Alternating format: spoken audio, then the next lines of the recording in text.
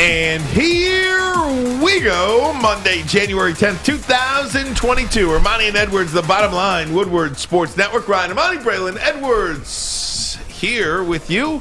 Braylon, good afternoon, my friend. What's up, man? Baby. I can't wait to get into this Murphy's Law weekend that we had in sports, especially as it pertains to the NFL. We will do that in a second. The only thing that matters is last night, Klay Thompson came back.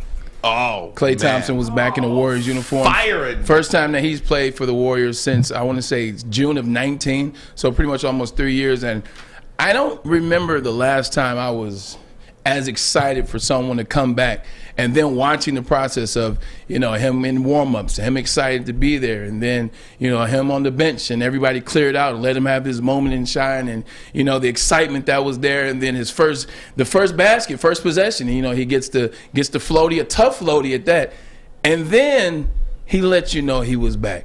I came back from an ACL, and you're always waiting for these moments that you're back, you're fully back. So I had like a little knee sleeve my first couple games, and I had some catches and I scored a touchdown, but still didn't feel like I was back until like game 7. I jumped over the Kansas City Chiefs. It was a defensive back and a safety in the end zone. Jumped over, Mauston got a touchdown. I felt back, like the energy. I was no longer scared of my leg. Klay didn't wait 6 weeks, 7 weeks, 8 weeks. He waited one quarter and got a bang out on 2 people. A little in and out scoop, a little shake to the hoop. Bang! Klay Thompson is back. Tom Mazawey, I look so forward to Braylon Edwards' NBA minute. Oh, look at it. NBA minute that he has at the beginning of the show now. Meanwhile, it was the greatest NFL Sunday in the history of the league. Here it goes. Yesterday. Yes. Oh, Klay. Let's go, Klay. Let's go. Does he play in the NFL? I appreciate that, Sam. I had to get Klay some love. Let me tell you like this. You know how hard it is to sit out for 3 years darn near? Oh, man. And then you look at Klay. Maz, I know you appreciate this. He's a guy that you could trust. He's a great teammate. I'm scared He's for one him of the still. best defenders. You say you're scared. I'm scared for him. Every time he goes up and comes down on that knee, Yeah. I hold my breath. I do. Yeah, I hold my breath. It just, for me, and then you see the end. I think Shut the up, thing Alex. that took it over the top for me is being someone that has been injured before and having the game taken away because of a knee injury. Like, just to watch him at the press conference after. I'm always a fan of the comeback, just like Tiger Woods. His press conference Awesome. with him and Charlie. Same thing. You see the excitement. I'm just excited to see my name and see stats behind my name, is what he said. It was a touching story, man. Awesome. Meanwhile, Braylon, Tom Mazawey has tweeted, has screamed from the mountaintop that yesterday was one of the best Sundays ever in National Football I think it was League history. the greatest. Yeah. Bar none. Murphy's Law, baby. Everything happened the way you thought it wasn't going to happen. Yeah. And it started out kind of with the Jags just dominating the Indianapolis Colts. How embarrassing. That wasn't even for a couple of minutes where the Colts were They in destroyed them. That was a Detroit Lions effort against Arizona. 60 minutes. Nobody, the Cardinals never had a chance to beat the Lions that one weekend. Yeah. The Colts never had a chance yesterday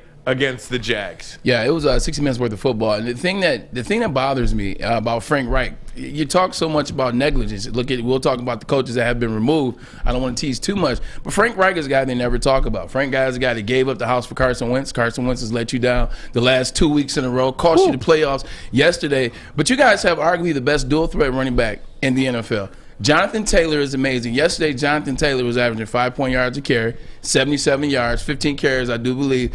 They got down by 10 and stopped giving the ball to Jonathan Taylor. Meanwhile, there's another team that played in L.A. yesterday by the name of the San Francisco 49ers. They were down 17, but they stayed with their identity. Yep. They kept running the ball with Deebo Samuel. Elijah Mitchell is Maz's new low-key favorite, his unsung hero. They stayed with their identity. They kept running. They kept the pre-snap motions that they do with Deebo Samuel. They came back, and they got the win. That's the difference in those two franchises. And Frank Reich, he needs to be on a lot of scrutiny George today. Kittle had, I think, 10 yards yesterday, and they still won that game. We're going to talk to Brady Quinn coming up from Fox. Big Noon That's Kickoff. our guy. We're going to talk to him about tonight's national championship game, Georgia and Alabama. We'll do that in about 6 or 7 minutes. We'll talk plenty of Detroit Lions today. We'll talk about Jim Harbaugh. Is he going to stay at Michigan? Potentially taking a look at some spots in the NFL. It is Black Monday in the NFL. Several coaches and general managers already been let go. Oh, that's why Flores got fired. Freaking Braylon. That was a good one. Come on. That was good with some humor. Touche. Braylon, he's going to be the first guy hired, too. Touche. But let me ask you guys this. So we're talking about the Jags beating the Indianapolis Colts. And it's such a lazy, straw man, old school Lions argument. But is there a part of you out there that was saying to yourself, with 4:49 to go, the Lions are trailing, okay, I want them to lose now? A part of me, my whole self. You wanted them to lose to get the number one pick. Of course. Now, I feel a little bit differently about that. I was fine if they lost the game because I would have been fine if they lost the game. Right. But because there is no Bryce Young, C.J. Stroud, Chase Young, T.J. Watt, insert great player here at the top of this draft, I feel like I was okay that they won that game. I think it does the Detroit Lions more good for winning than it does. Because, look, Jacksonville will probably take the offensive tackle, Evan Neal from Alabama. Left tackle, Alabama. And then the Lions will still get their pick of the litter because there's no way they're taking an offensive tackle number one. The reason why they have these mock draft things, especially as it relates to Todd McShay and Mel Kiper Jr., like the closer and closer, you'll see that their mock drafts start to line up pretty much equally because they spend so much time talking to GMs, talking to teams. They know what's really going to happen. You got to start paying attention to those things. The fact that you see Evan Neal is now going to be the number one pick. That's because Jacksonville has the number one. They have the number one draft pick. They have Trevor Lawrence. They got to protect Trevor Lawrence for the future. What do they do drafting Kayvon Thibodeau? So much of a mystery. Sometimes he shows his brilliance. Sometimes he shows he disappears. Like, do you want to take a chance on that when you need a left tackle? With Aiden Hutchinson, is he just a guy? Is he a stand-up double? Am I trying to get a stand-up double if I'm the Jacksonville Jaguars? The reason why I don't mind, and I'm of mind like you, I didn't mean to say mine back to back, but I'm of mine like yourself where I'm actually glad we don't have the number one pick. I think with the number one pick is the first crack to be wrong. It's the first crack to botch something up. Now you get Kayvon Thibodeau, and then he doesn't show up for 3 years, and then you're like, well, he didn't show up his junior year at Oregon. We knew that about him, but we still drafted him. You take Aiden Hutchinson, it doesn't work. It's like, well, you know what? He's really good at filling the run, but his lateral movement, it's hindering him at the NFL level. You can go down the list, but at the number 2 pick, you're going to take a stand-up double. You wouldn't be mad, or you can trade out that spot. I don't mind them being 2. Jags are going to trade that pick. Yeah. There's no way they're taking number 1, an offensive tackle. See, I disagree with you because in order to trade back, you need somebody to trade up. Yeah. Who is giving up any sort of draft capital to fall? Which player? They might love Hutchinson. Which player in this draft is somebody going to fall in love with? They might like those 2 guys that it brought up. They might want those defensive ends / linebackers. They might want to just move up. They might want the quarterback. They just might want to get it over with. Take them at number 1. I don't see the Jags keeping back-to-back number 1 picks. Potentially. Yeah. I don't know. I wish the Lions would trade back. Yeah, I feel pretty good about this Lions team. Look, they finished the last 6 weeks 3-3. But do you really think yesterday's win's going to carry over? Speaking about the draft, you know what? Do you think winning yesterday, you're going to remember that in July and August? I do think when you're they beat a half a Green Bay team. And they beat the full Green Bay team when they were playing in the first half. They were up at the half, and Green Bay was playing Aaron Rodgers. They were playing Devontae Adams, and they still had the lead.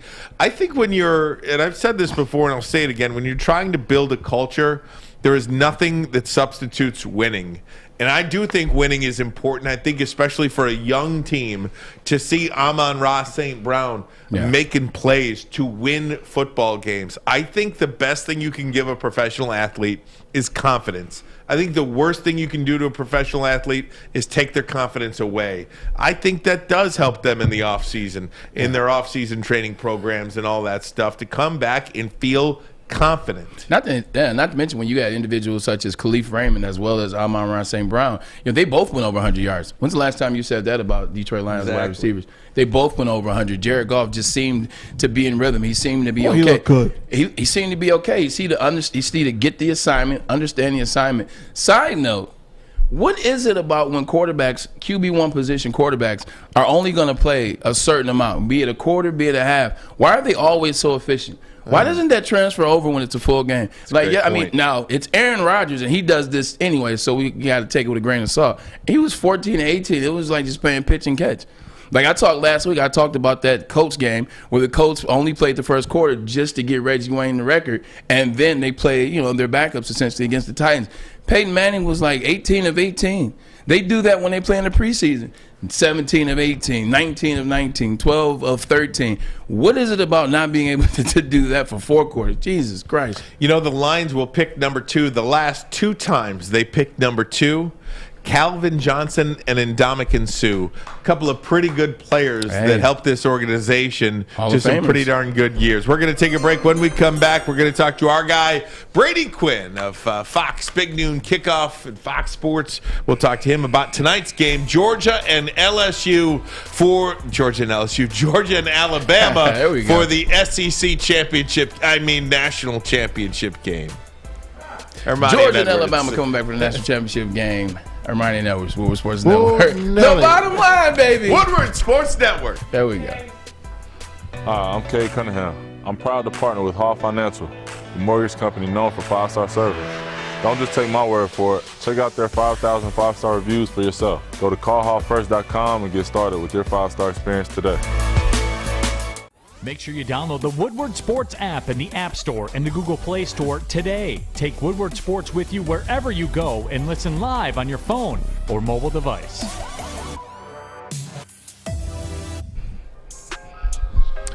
Woodward Sports Network, Ryan Ermanni. Braylon Edwards, I almost said Ryan Ermanni, Brady Quinn. Speaking of Brady Quinn, though. You about to be fired. We're about to switch positions. He is on the line. Fox college football analyst, former Notre Dame and NFL quarterback Brady Quinn. You can follow him on Twitter, by the way, at Brady_Quinn. Kind enough to give us a couple of minutes here. Hey, Brady, how you doing, bud? Happy New Year, Brady. Good, guys. Can you hear me? You guys got me? A little staticky, Big Q. It's a little staticky, but what the hell? We'll keep going with it. Brady, Alabama and Georgia. My goodness. Here we sit after all this college football season with 2 SEC teams. What do you make it tonight? And can Georgia avenge the SEC championship game loss? I would just start off by saying this. It may not be a popular opinion, but Hold on, BQ. Hold on, BQ. Hold on, Sorry, BQ. we're having some audio troubles. We're gonna hang up. We're gonna hang up with you and try to re-hook up. Yep, no Thanks, doubt. man. So, Braylon, let me come to you with this. Georgia and Alabama tonight. Georgia is the favorite by less than a field goal in this one. When you play a team for the second time in about a 5-6 week time period, what does that do for both teams, but more importantly for the team that lost the first game? I don't know. As Utah and Oregon. Yeah. And as Utah and Oregon, everybody thought Oregon was going to win because they lost to Utah the first time around, and Utah said to hell with that. I think by natural, in terms of what you go to look at in those situations are, cool, we lost. Why did we lose? What can we change? What did we overthink? What did we underthink? You have a chance to go back and get your game plan and kind of really assess why you put yourself in that situation and then be able to go back, take notes, do that. Now you prepare yourself the second time around. Now you're on point. The team that won, it's a little more, you're feeling yourself a little bit. You got the job done. You won. You know you can beat them. You know that you can beat them, and sometimes it provides a little bit of too much confidence, a little overconfidence. And the team that comes in, they're hungry. They remember you beat them, especially if you beat them bad. Georgia wanted to go undefeated. Jordan wanted to be undefeated. They wanted to walk in there with the number 1 seed, and it didn't happen that way. They had to go a secondary route. So now they want to come back and revenge their loss. You see LSU do it to Alabama in 2011. We're watching it now. Florida State in 96. It has happened before, and it typically does happen. Is this going to be 6 out of the last 7? I'm trying to think. Like Kirby Smart's a really good head coach. He's an absolutely top 5, top 6 coach in college football right now. I say top Yeah, top 3.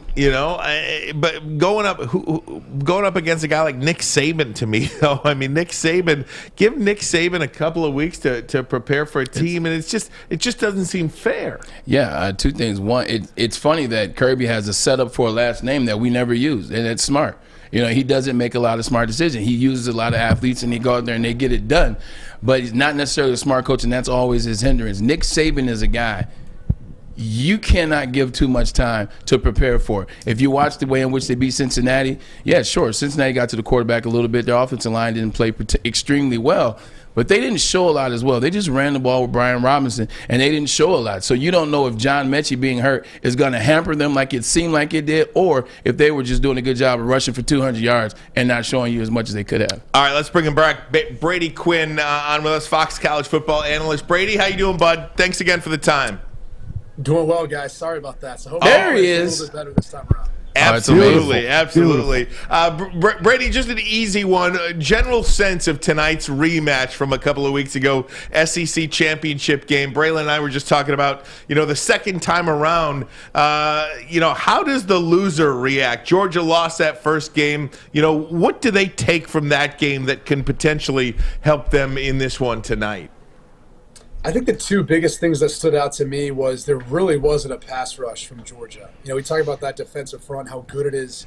And I think Bryce Young's ability to extend plays, his ability to scramble, I think he had about 40 yards rushing that game and a touchdown. It really nullified their ability to put pressure on opposing quarterbacks, which is something they've really done all year. That stood out. They're going to have to figure out different ways of getting to Bryce Young, getting hits on him. I mean, he's not very big. And so I do think you can beat him up a little bit, but he is tough and he is mobile, and you kind of got to be careful about getting out of your rush lanes and allowing him to take off and make a bigger play. That's kind of the first thing that stands out. I think when you go back and look at the first game, and that's one of the adjustments that Kirby Smart needs to make. And then their inability to run the football. I think it put a lot of pressure on Stetson Bennett. Give credit to Alabama's defense and Nick Saban. But if they can run the football like they did versus Michigan, and I think it takes pressure off of Stetson Bennett, and then you see him make some big throws like he did in the semifinal game, as compared to watching what happened in the SEC championship game, where you put too much on his plate. He's got to come back after. I mean, really, it was the second quarter where that game got away from Georgia. It ended up being, I think, 31 points scored by Alabama between the second quarter and the opening drive of the second half. And that's where the game distanced itself. And then you get a pick 6, and then you get an interception in the red zone that takes points off the board. So as bad as a beatdown as it seemed from Alabama, the score wasn't that far off, and I think this game will be a lot closer this time around. Yeah, you look at Stetson Bennett in the SEC championship. He actually played well for 3 quarters. He actually did something that most people didn't think he could do in terms of passing the ball. He had 365 yards, I believe, but the interceptions are what killed him. Just looking at this game at a glance, I'm looking at Brian Robinson being able to run the ball the way he did it against Cincinnati will probably help them out a lot, because as I watched the Michigan-Georgia game, and I know you analyzed it the same way, Michigan couldn't do anything up the middle. So they had to go lateral, and that played right into Nakobe Dean, played right into Jordan Davis. Like, how can Alabama use a little bit of what, Michigan didn't use, I guess I'm trying to say. I think that's the tough part. I mean, honestly, that SEC championship game reminded me of, if these teams play 10 times, you probably get one where Alabama does what they did, another game where maybe Georgia beats down Bama, and then the other 8 games are probably split evenly. Georgia wins 4, Bama wins 4. I think they're that close when you look at these 2 teams. So I think as far as how you create explosive plays, I mean, the hard thing is, I don't know that they're going to be able to run the ball with Brian Robinson. I think you go back to that semifinal game, and I think one of the weaknesses for Cincinnati and their alignment is they like to run a lot of that 3-3-5. And I think Bama did a good job of basically saying, we're not even going to try to throw the football versus you 2 solid corners, right? I mean, Sauce Gardner will be a first-round pick, and I think he did a pretty good job of locking down Jamison Williams, at least better than most have this year. And it was almost like Bill O'Brien's like, we're not going to try. You guys can stand a 3-down front all you want. We'll try to force you into a 4-down front, force you to put bigger bodies in the game, and we're going to wear on you. I mean, we've got more depth, more talent, and we're going to keep wearing on you and running the football and being the more physical team, and we'll see where you guys land in the second half. And there really was no answer for that. The problem is that game plan doesn't work versus Georgia. They're just as talented, they're just as deep as you, and they're a brick wall in the center. So they're going to have to find creative ways of getting the ball to the outside. Obviously, Jameson Williams is going to be a key factor and a focus on all this. But I think the tight ends too, Latu, Billingsley, those guys are going to be a key part of the passing game, helping out Bryce Young. Remember, they're not going to have John Mechie. It's a big loss. He almost had 100 yards and a touchdown the last time these two teams played. So it's going to be interesting to see how Bill O'Brien is able to attack the edges and see if they can get to the edges and get to the outside and create space and big plays. I just think it's going to be a much more difficult task than what we saw in the SEC championship game. Hey, Brady, I got a question for you about Michigan. If they played that game against Georgia the first or second weekend of December instead of the last day of the year, do you think it's a different game, or do you think Michigan was completely outmanned? What did they do wrong? Or is it just a night and day, men against the boys? I thought they did a tremendous job of trying to eliminate Aiden Hutchinson and David Ajabo from really impacting and creating any negative plays. That was one of the first things. And when you go back and watch that tape, watch how many times they would leave Aiden unblocked but then pull someone around. And they have one of those 330-pound huge offensive linemen just slam into them. And it was like time and time and time again. And the way they focused on them, the way they took care of them up front, Jamari Sawyer, he did a heck of a job on the left side the entire game. You know, that's one of those things that, like, you better believe going into it, the entire game plan that week was about trying to limit. You know, they've got that hat, that wherever Aiden Hutchinson's at or that jersey he's wearing, wherever he's at, you know, you're going to see 97. They're focusing on where he's at and trying to get hits on him, trying to beat him up. I mean, it seemed like that was their objective, and it ended up working out. You know, I don't know if the timing of the game would have mattered quite as much. I mean, again, I think if those teams play 10 times again, you know, you're not going to see as much physical dominance as you saw from Georgia. I think, you know, Michigan just didn't really have as good of a showing. But, you know, again, that's the first time getting to the playoff. You know, I think you've seen that from a number of teams. They get there for the first time. I mean, Notre Dame's battled that. I mean, really, basically every team, when we've seen, there's been some blowouts in the semifinal games. That's just how Right. they worked out. But I do think if they would have played again, you know, a couple of weeks from now, you probably would have seen a different result in the game, or at least a closer game between those two. Does the shine come off Aiden Hutchinson and David Ajabo after that game? Did they take a step back NFL draft-wise? What's your take on those guys? No, I don't think so. I think, you know, from the people I talk to, you know, the conversation about Aiden Hutchinson is you're obviously going to look at his entire body of work, and he's a tremendous player. So no one's going to take that away from him. You know, a lot of people try to make, well, hey, playing against an SEC team, going up against NFL players. Well, yeah, dude, look what he did against the Ohio State tackles. Those guys are NFL players in the future too. So, you know, let's just not look at one game or look at a vacuum and draw too many conclusions. I think the more interesting debate and conversation you get is whether it's Aiden Hutchinson to David Ajabo or Aiden Hutchinson to Kayvon Thibodeau, is you hear guys talk about, like, upside. And for whatever reason, they kind of feel like, hey, like, Aiden's kind of where he's at. And they feel like David Ajabo has maybe a little bit more upside. They feel like Kayvon Thibodeau maybe has a little more upside. I'm not sure why, but that's like the narrative that I hear sometimes. And I think it's going to be interesting as we get closer to the draft if you don't hear more people kind of making those comments or talking about that, like, hey, what's his upside? Is he already as good of a player as he's going to be? Or we're going to see him take that next step when he gets to the NFL level too? Hey, BQ, can we hold you just for a quick segment? We got two questions, one about Marcus Freeman, and then obviously we want to talk about is Jim staying or going. You got time? Yeah. My guy, I appreciate you, man. Well, we'll come back. Go 30 ahead. seconds, Ermanni and Edwards. Woodward Sports Network, the bottom line. Fellas, football season is here. It's time to make your grooming experience easy like Sunday morning. Get to Lady Jane's Haircuts for Men. Walk in, relax, watch your favorite team play, and before you know it, your hair will be game ready. Get to Lady Jane's, open 10 to 8, 7 days a week. Walk in anytime. It's wicked awesome. Make sure you download the Woodward Sports app in the App Store and the Google Play Store today. Take Woodward Sports with you wherever you go and listen live on your phone or mobile device. Right back here, Woodward Sports Network. If you're watching on YouTube, thank you for doing so. Absolutely. And, of course, you can catch us anywhere you find your podcasts as well. But you can watch us live on YouTube. Certainly the chat is on fire right now. Everybody loves having Brady Quinn with us. Brady Quinn, Fox college football analyst, of course, Fox Sports Radio as well. Brady, I wanted to ask you about Nick Saban. He's 70 years old.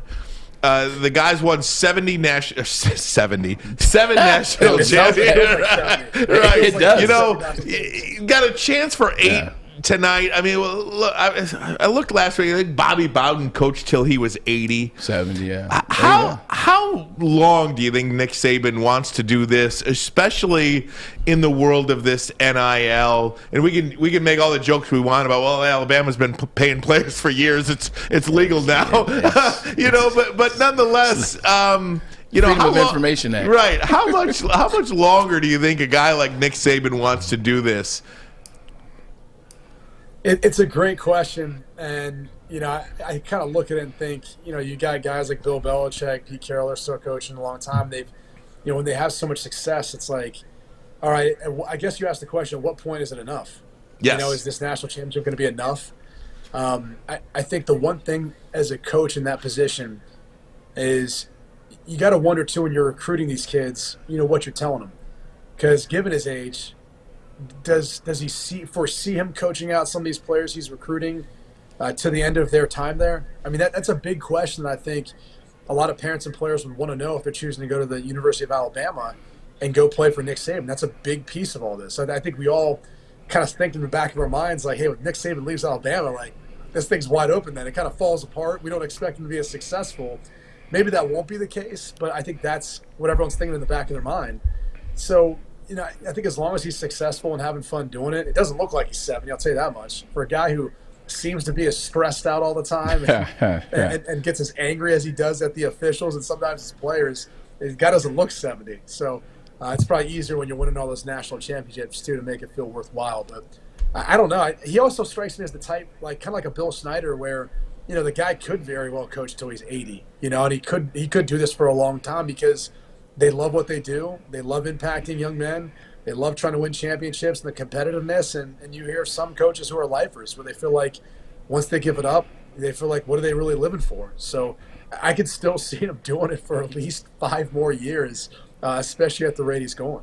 I think he's entered another level of conversation if he wins this one. And what I mean by that is right now John Wooden's still the guy. When you think about guys, it's John Wooden, what he was able to do at UCLA, Red Auerbach, what he was able to do with the Celtics. Like, those are the guys that set the gold standard. But this win, in terms of a team that, like, the eras in which he's won in, he won in the BCS era. He won in the playoff era a couple of times. Now he's going to win potentially tonight. I think he is. Now he'll win in the playoff/NIL era. Nobody has been able to maintain like that for 20 years. But speaking of coaches, tell me about Marcus Freeman. You guys got Marcus Freeman. They did move him up to the head coach. Like, what can he add that maybe your boy Kelly didn't have? Well, I think the biggest thing is just the relationships that he's been able to develop over the course of a year with the players. I mean, it went viral when they announced him officially as the head coach. You saw everyone erupt in the locker room, and that's just the feeling that, you know, he's you know, given players, and the players have given him as far as the connection he's made in just a year's time. So he's able to connect with them, I think, on a real, at a deeper level. And it seems odd because we talk about NIL, we talk about, you know, all these other things that players are focused on, but at the end of the day, it's still football. It's still about winning championships. It's still about growing and developing as a player, as a young man, and I think that's where he connects to them on a real base. And so he brings a lot of energy. He brings a lot of passion for the sport, and I think he connects with them in a real way. And he can talk to different guys in the team and be able to relate to them, which is, I think, harder and harder to do in college football anymore. You know, I was talking to a past college football coach, one of the best, and he was saying, I think it's really becoming a young man's sport now with the way recruiting's nonstop, especially now with the transfer portal. And I think the types of young men now that you're getting, it's different than what it was 2 decades ago. You know, the way you could talk to a player, the way you could coach a player, all those things have changed in a big way. And I think you got to be able to adapt and change. And if you can't, you know, you better be successful, right? Like, you better be able to be like a Nick Saban type where if you're one of those guys that's going to get on a guy and, you know, and be hard on a player, you better be able to have success and after, because the second you don't have success, it's going to be hard to keep those guys to be playing with you or playing for you through some of those rough times. So I think, you know, Notre Dame could have found itself lightning in a bottle. It's still a big job considering, you know, he hasn't had any head coaching experience before. I mean, even if he had 20 years of head coaching experience, a guy like Brian Kelly, for example, it's still a big job. So there'll be some learning on the job. I think he probably learned a little bit too just from the Fiesta Bowl and how the first half went versus the second half. But I think he's got a tremendous amount of upside. Hey, Brady, whether it's Notre Dame, Michigan, Michigan State, insert team not in the SEC here. We hear Jim Harbaugh rumors going back to the NFL, or at least entertaining the idea. For whatever reason, this year it feels more real because you've got all these guys in the transfer portal now. You've got all of these guys. You sign somebody in recruiting, and that's not the end of it. I mean, now you're recruiting these guys each and every year, freshman year, sophomore year, junior year, just to stay with your program. Maybe a guy like Jim Harbaugh doesn't want to do that anymore. So I don't know. Two-part question. Number one, do you think Jim Harbaugh's legitimately looking at the NFL because of the way college football is going now? And two, can a team like Notre Dame, Michigan, or Michigan State, whoever, really compete in today's college football world? I mean, Ohio State in 2014, the last national championship outside of an SEC team and then Clemson. Yeah. No, I mean, look, to answer your last question, I do think they can. I think that it takes the right combination of factors. And obviously recruiting is the lifeblood of every college football program. And Alabama's dominated that over the past decade. I think they've had 8 of the last 10 number one classes in recruiting. Now, Texas A&M has, the number one recruiting class, I believe, in 2022 or whatever. And that had a lot to do with NIL and paying players a considerable amount to get that done. And so we'll see what happens moving forward. But the reality is players want 2 things when they come and play college football: a chance to win a national championship, and I think a chance to go to the NFL. Maybe now money factors into that, but regardless of what these kids are getting paid for NIL deals, it's still not going to be as much as what they'll make at the NFL level. So we haven't jumped the shark quite yet and got to that point. But to answer the Harbaugh question, I think every college football coach, if they're given the opportunity to speak to an NFL team or interviewed by an NFL team, is probably debating it because of some of the reasons you talked about. I mean, we're in the wild, wild west right now in college football. There really is no governance or governing body over NIL or trying to make a window for these kids at least to commit more than a year to a team. I mean, at any point in time, they can put their name in the transfer portal. That doesn't mean they're going to leave, but it does essentially lead you to believe that tampering can happen, meaning, to your point, you've got to keep recruiting the guys on your own roster. The kids can pick up and leave at any point in time, free pass to utilize that portal. So there are some things where I think we need more structure. We probably need some sort of oversight. I'm not advocating for the NCAA, but maybe the Group of 5 and Power 5 get together, or just the Power 5 get together, and they anoint a commissioner, and they try to get together to put some more clear ground rules as far as how we're going to handle this moving forward. But look, the reality is we can't even get the Power 5 conferences to agree upon expansion. And if that's the case, how are we going to be able to agree upon other stuff like NIL and everything else? I mean, it seems like we're in a time and day and age in our country where we can't seem to agree upon much. So I'm not holding my breath on that one. But I do think, to your point, it's become such a difficult task now of how you go about building your roster in college football. Now, that doesn't mean you can't turn it over quick. We saw an example of Mel Tucker doing that this year with the transfer portal and new signees. But it has made it a more difficult job, I think, at the college level. The great Brady Quinn, always kind enough to give us a couple of minutes here on the Ermanni and Edwards program. Brady, thanks so much, my man. We really appreciate it. Thanks, Brady. Thank you, guys. I know one thing we can agree on is that Brady has the best hair there is, man. Oh, he's the best. That's the one thing we can agree on. He has the best hair. And his knowledge is always... You look pretty good, though, Brady. No, man. I failed in comparison. Thanks, Brady. See you, BQ. All right, BQ. I hit you up, buddy. See you, buddy. He's so awesome, so good to us here on the program. Brady Quinn. We did not get a prediction from him, but that's okay. I mean, I think we're going to get a good game tonight. Do you not? I do. Obviously, we'll talk about predictions probably at the end. Mm-hmm. We'll probably, at the end of our show tonight, we'll talk about. How could we have dropped the ball like that? I mean, I didn't want to waste. I just want to waste a question on a prediction. I know. Yeah, listen to it sound like Georgia though, but I mean, we can talk about this game until we're blue in the face because I think there's so many factors. There's the coach versus coach factor. There's the quarterback versus quarterback factor. Coach versus coach. That's Alabama. But that's what I'm saying though. When you do it that way though, you start to think like, is there some type of psychological warfare that Nick Saban plays?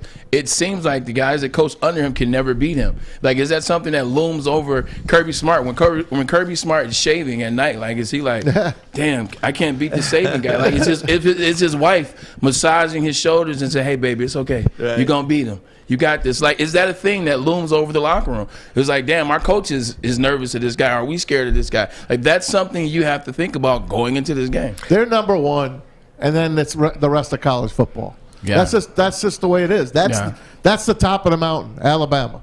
Guys, we're going to go rest of the way. Lions, NFL, NFL playoffs, NFL coaching news, latest on Jim Harbaugh.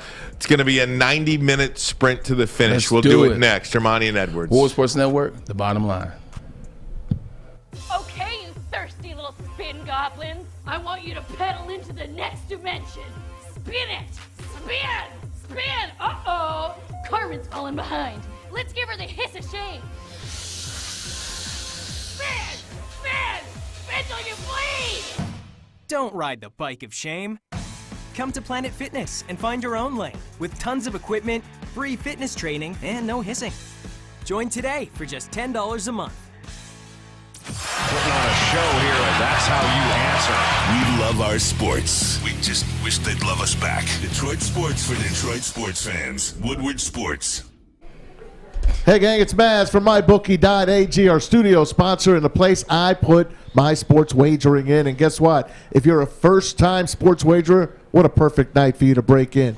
The national championship tonight. Georgia and Alabama from Indianapolis. The Bulldogs, a 2.5-point favorite. The over-under up to 54. Went up from 51. Now it's 54. How about that, huh? But you can do it all on mybookie.ag. And if it's your first time putting your money in, you got to use the promo code Woodward because MyBookie will double your first deposit all the way up to $1,000. So if you want to put $1,000 on this game, they're giving you a free $1,000 just to back it up.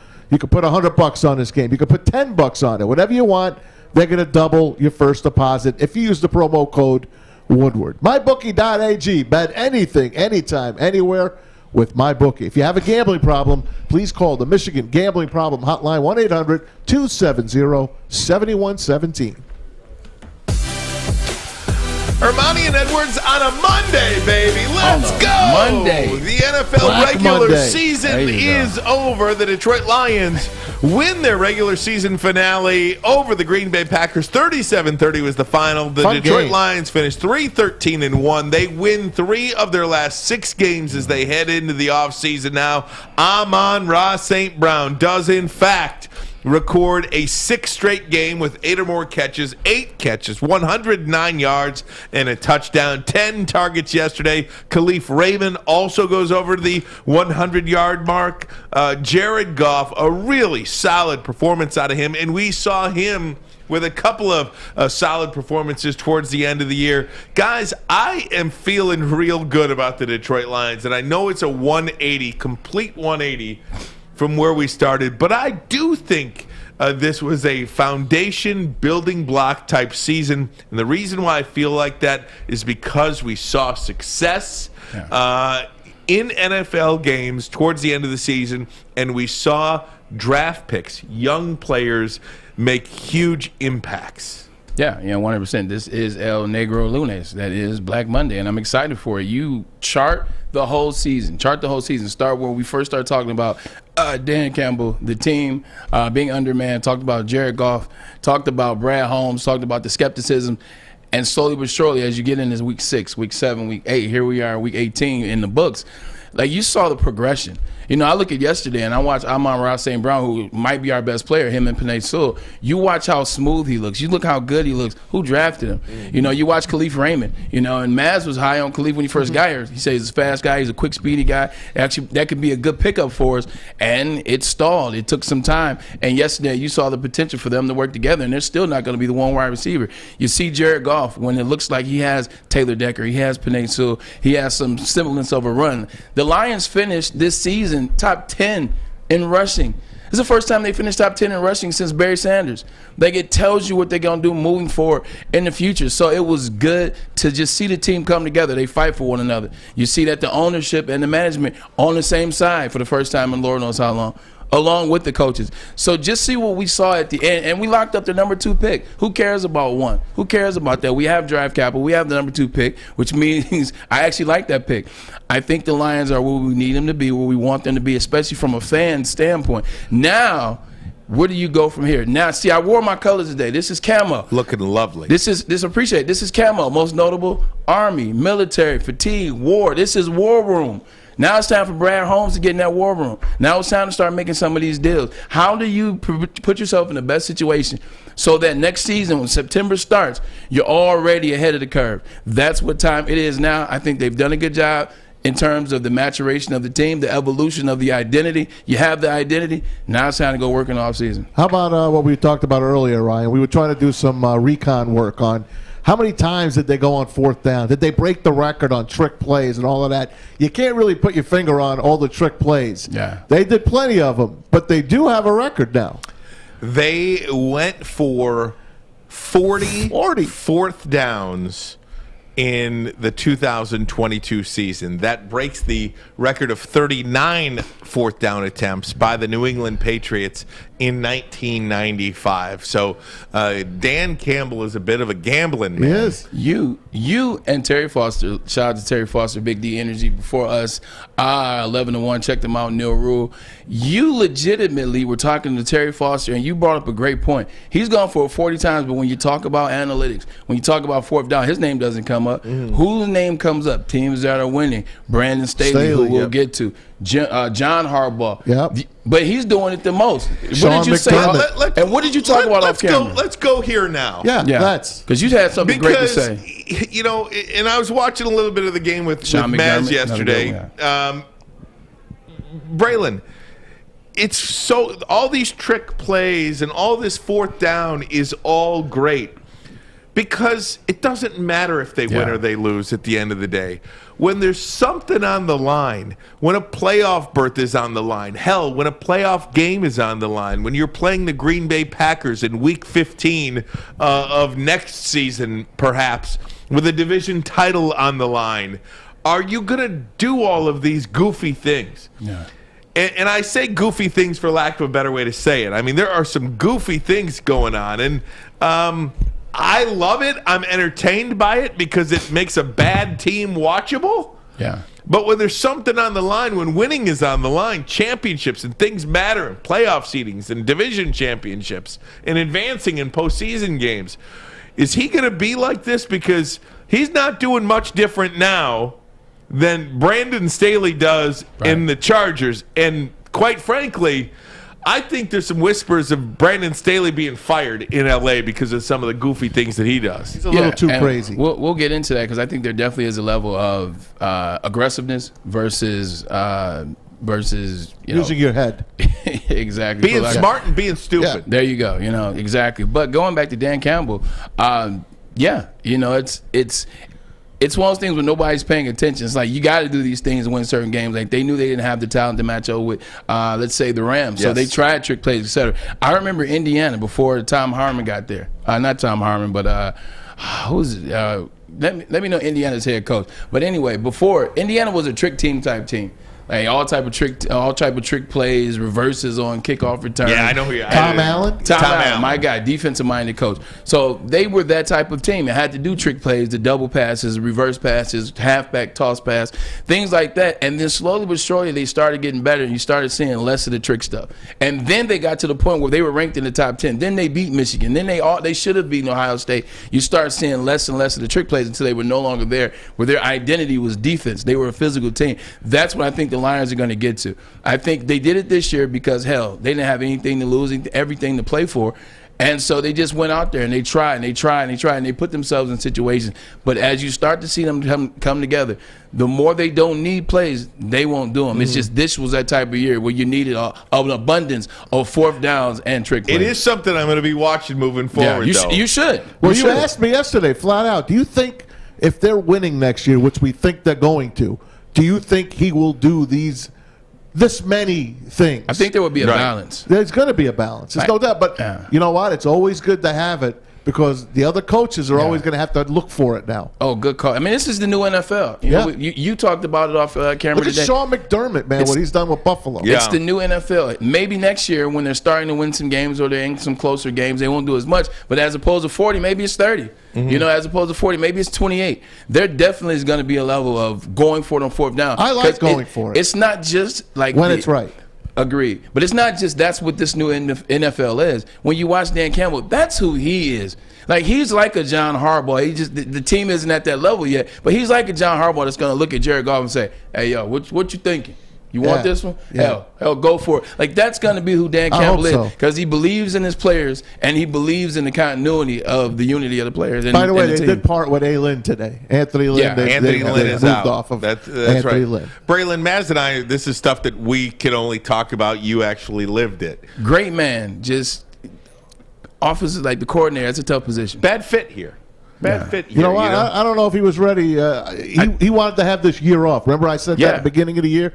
He might have forced it this time and not been in the right frame of mind. I don't think he didn't have a lot of talent either. I don't think he's an offensive coordinator per se. I think that he could be a better head coach when he can let genius minds run the offense, run the defense. I think he would be a better coach. He has to get another crack at it. My apologies. Go ahead, Dan. No, that's fine. I was just kind of saying, you know, Maz and I could talk about it. You've actually lived it. What does a win mean to the Lions yesterday as they go into the offseason? Is there that thing called momentum that we like to talk about, but is it really tangible? Is that something you can feel in a building? You beat Green Bay. Hell yeah, it's tangible. You beat Green Bay. I don't care. And if you want to be honest, Aaron Rodgers was 14 of 18 and 138 and 2 touchdowns in the first half. You beat Green Bay and Aaron Rodgers. Yes, he didn't play the second half, but you still got a good win over a rival. Like, this is the Green Bay Packers we're talking about. You have to cherish wins over the Packers. It's just like being the Raiders and like, well, I guess they did beat the Chiefs. It's like being the Broncos. Like, you want to beat the Chiefs. Like, no matter how you get it done, if you beat the Chiefs, it's a win against the Chiefs. Not to mention it's the way in which you did it. It's the way in which you went about doing it. You know, you had another good game by Amon-Ra St. Brown. He finished on a high note. You know, last 8 games for him have been really, really good. Jared Goff going into the playoffs. Going into the offseason, Jared Goff, 21 of 30. 242 yards, 2 touchdowns, no interceptions. He's now relaxed. He feels good about it. Like, it's something about seeing that touchdown, seeing no interceptions, going into it, mind feels a little bit better. You know what? We can do something here. Because I guarantee you, remember how dejected Jared Goff looked after Game 3, Game 4? Like, he looked sad. He looked miserable. He had nobody. He had sad eyes, as Ryan would say. You look at Dan Campbell, like, that's how they looked after Game 4, 6, 7, 8. He doesn't look or feel that way anymore, and that's because of the last couple weeks, and especially yesterday. I'm happy for him. Yeah, and me too. Some coaching news today, specifically in the NFC North Division. Minnesota Vikings, head coach out, general manager out. Chicago Bears, head coach out, general manager out. To the Detroit Lions, are they one Aaron Rodgers decision away from being in the best shape in the NFC North Division? Are they one decision away from being in the best shape in the NFC North? I'll ask you guys that next. Ermanni and Edwards. Woodward Sports Network, the bottom line. That's a good question. Dive in.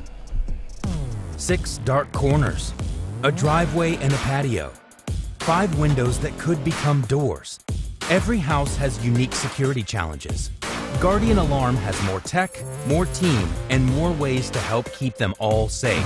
Get a professionally designed and installed security and smart home system from Guardian Alarm. Sign up today and get a free video device. Guardian Alarm. Smart right from the start. Call 1-800-STAY-OUT. The pros know. Go!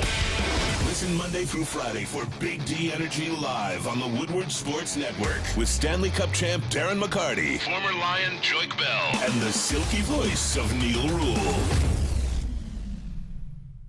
Shout out to our new sponsor, Centron. And man, this stuff is good. I actually have used it even before they came on. What's up, Vic? Centron World is an aspirational lifestyle beverage brand with a line of sparkling flavor energy flavors, beverages, premium bottled water, and revitalizer shots, as you see on the right. If you're watching us, Centron is an official energy drink of the Red Wings, proud partners with the Detroit Pistons, and exclusively served at Little Caesars Arena. LCA knows what's up. If you're looking for premium ingredients, long-lasting energy, balanced hydration, hydration, essential vitamins, and great taste. Centron is your top choice. Centron is more than just a beverage. It's a lifestyle, and Centron doesn't just fit into your lifestyle. It enhances it by encouraging you to look good and feel great. Centron, premium beverages for your lifestyle.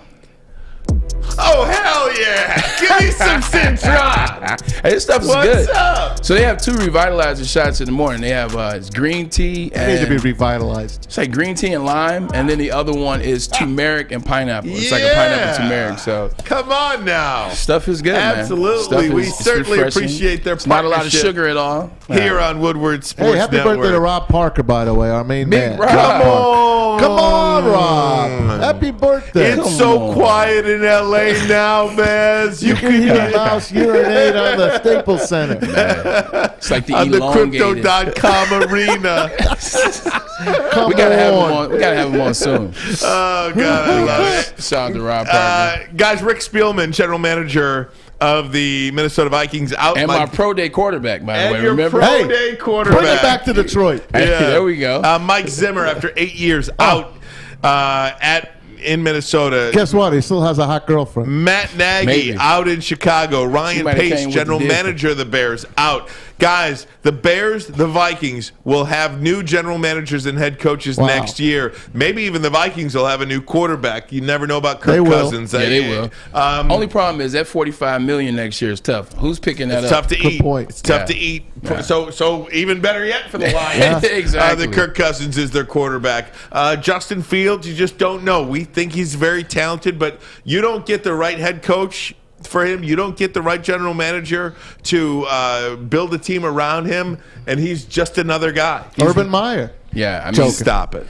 But I think they're taking it serious. I think a lot of people were, up in arms, and probably as Chicago Bears fans, they probably were weirded out the fact that they moved up in the draft 5 years ago to take Mitchell Trubisky. They moved up, took Mitchell Trubisky. They moved up to pass on Patrick Mahomes. Passed on Mahomes. To take Mitchell Trubisky. And, oh, by the way, they then kept Pace. Yeah. Then they kept Matt Nagy, Right. although they did go to the playoffs twice. So this was long overdue, man. You know what? I think they get it now. I think the ownership, I think they realize that you can't win with guys like Matt Nagy. You can't win with the GM. Yep. You can't win with Ryan guys that are Pace. gonna. And then you're not going to hold them accountable. And then you just leave them in there. You got to change the dynamic. You got to change what is Chicago. They do the same thing every other year. It's like, let's get a quarterback. Let's put all our money on defense. Let's not put any money on offense. Let's not pay anybody to protect and block. Kyle Long is the last good lineman they've had. And Kyle Long's been gone from that team now 3-4 years. So they got to get it around the offensive side. And it starts with getting rid of Nagy as well as the GM. Now bring somebody in that is going to cultivate the guy that you went to draft last year. Like, he's your quarterback. Cultivate. Like, what you guys did, what they did was terrible. Now you got to bring somebody in to fix their mess. Lou Riddick, maybe. Ooh. Now, Matt Nagy owned.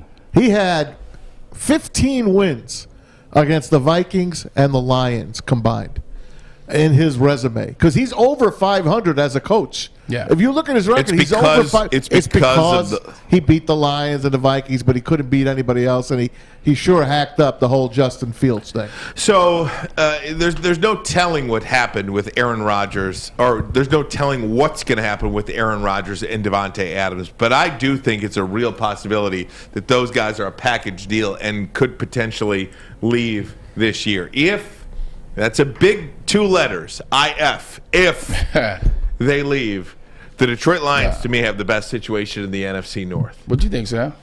Oh, just going back to the Bears situation with Matt Nagy, he was actually 12-4 in his first year. I can't believe it. I don't know if you guys even remember. They made the playoffs. Wow. They lost on that 2017. 2018. 18. It was, they lost to the Eagles in the first round on that double doink field goal by Cody Parker. Yeah. That's trouble with the kicker. That's right. Terrible. Yeah, no, that was actually a good call. You're right, because I remember the first game of that season. It was Green Bay and Chicago. If I'm not right, Chicago went up early and Green Bay came back and won late. If I'm not mistaken. That was the game where Khalil Mack made his debut with the Bears, and he looked like the greatest defensive player of all time in the first half. Yeah, because he had a sack on the first play of the game. Yeah, and I think he scored a touchdown on he either forced a fumble It's like or a tip pick, yeah, something like that. Yeah. What happened to him, by the way? He got injured. Injuries. You know, they legitimately put a lot on him. He played like he's a pass rusher. Like Khalil Mack, yes, he can stop the run because he's freakishly strong, but he's a guy that we just want you to rush. They start playing him more. They try to put him right next to a big guy up front, Hakeem Hicks. Start trying to play him like that. He's a guy that just rushes the quarterback. They start trying to play him kind of like I was talking about with J.J. Watt and looking at Aiden Hutchinson. That's not his game, and he's played more and more snaps each year. When you play more and more snaps against guys that weigh 330 pounds, 315 pounds, you tend to start getting hurt and nicked up. Yeah. Are you guys along the lines of the Lions being in a pretty good situation in this division moving forward? Yes, big time. I think I was very impressed on how they finished the season. And I know I told you earlier that you can't get the momentum from now until August. That's not the momentum. But what you did get, you saw Dan Campbell, and they want to play for this guy. And he put together a team that didn't have a lot of talent on defense, but look how good they played for the most half of the second half of the year, except against the Seahawks. You know what this but does? They were banged up as well. But Yeah, no. I take my hats off to them. Yeah, you know, you and I talked about that, and I was joking last week, but we've talked about that. That Seahawks game was the best butt whooping that I've ever watched. Like, it was fun. You can decipher through the game tape and say, oh, you know what, this looks good, this looks good. Yeah. But what this win does, last game of the year, moving forward, especially the climate that we live in now with COVID, everybody wants to be safe. You know, people don't want to go out the country. You want to stay somewhere. You want to leave. So they're going to leave. They're going to get some fresh air. They have exit meetings today. But what you saw from this team and what I can tell you is going to happen, they're not going too far. Guys that go take a week off, a couple weeks off, go somewhere, you know, stay locked in so they're not getting sick. But this team is going to be chomping at the bit to get back to Allen Park. I guarantee you see more guys come back faster, stay together, like quarantine together so they can just work on football because they saw something at the end of the year. They saw something before we saw it. So now just think of where their minds are now that we see it. These guys want to get back, and they want to get back so that they can play for Dan Campbell. They can start winning some games. They beat their rival yesterday. That goes for naught. That goes for naught. People are paying attention. So watch this team locks in, man. They're going to have some type of freaky hashtag this offseason because they're going to work, and maybe they might bring back the Pistons 04. You know, I haven't been this excited about a Lions team in a long time. Yeah. I'm so happy that we're through Quinn Tricia. I'm locked in with Holmes and Campbell and that great staff that they put together. Oh, and I and can't by the wait. way, a great schedule. And the schedule, the favorable schedule, sure looks like it right now. I can't wait, man. Yeah. Get the Super Bowl going and let's start again. And part of the reasons of optimism for me, too, is what Brad Holmes put together in the 2021 NFL Draft. If those guys weren't as successful throughout the year, if they weren't better in Week 18 than they were in Week 1, I would feel like it was a bit of a fugazi. Yeah. Fugazi. But because those guys got forget about it, so good towards the end of the year and kept getting better, and obviously Amon-Ra St. Brown gets all the publicity, right? But Penei Sewell, I mean, is a drop-dead 12-year perennial All-Pro at that position, at that right tackle position. If Micah Parsons didn't exist, everyone would be clamoring at the pick of Penei Sewell and how he's played. But and Slater. Exactly, but I'm saying, like, he would get more love if Micah Parsons didn't exist. Melifonsu, the defensive back, has turned in I was going to say great, really good year. Omani Oruwariye? Oruwariye was the year before, so he's in there too. How about Jacobs? They picked him off the scrap heap. Free agent signing, and the kid Derek Barnes had a sack yesterday. Derek Barnes got better as the year. Is Derek Barnes the answer at linebacker? I don't know, but he's certainly a guy that got better and is going to be. And guess what? If there's a good Mike linebacker there to teach him, he can only get absolutely. better. Now the 2 second-round picks, I think Aleem McNeil was pretty darn good. Onzarike dealt with some injuries this year, but nonetheless, you're talking about 4 guys. Jamar Jefferson. Josh Reynolds, like the acquisition. Josh Reynolds is an Reynolds. acquisition. I mean, you're talking about 4, 5, 6 players that made a significant impact on this team moving forward. And man, if you can pull 4 guys this offseason to contribute, you need 1 player on offense. You need a big-time Braylon Edwards type receiver. Oh, man, 1. This guy is too nice.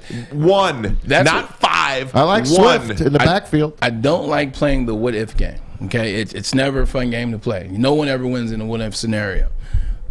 But with that being said, let's just say, what if this was a team? You goddamn Alex. What if this was a team that wasn't, let's say, undermanned or was so young? Let's say this was the same type of draft class he's had, but let's say a Matt Stafford was still here on the staff, right?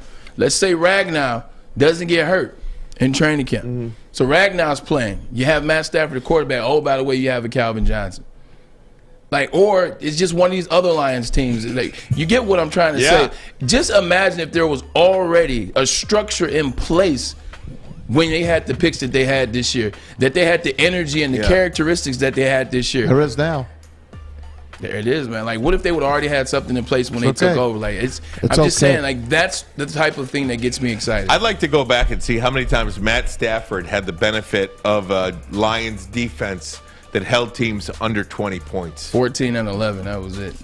Seriously, I mean, 6 times this year, the Aaron Glenn-led defense held their opponent to under 20 points. That's got to be 6 automatic wins next year. And what did they ask him? Do that. How long you want to stay here in Detroit? He's like, until I'm the best coordinator ever. Yeah. That's what he said. God, I love him. Yeah. I love him. He's a Jet.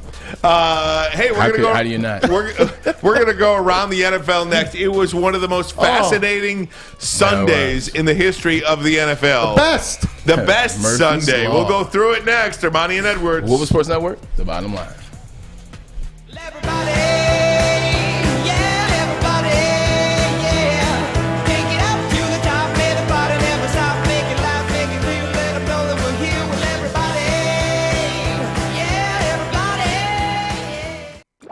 Braylon catches TDs. On the slant, there goes Braylon Edwards.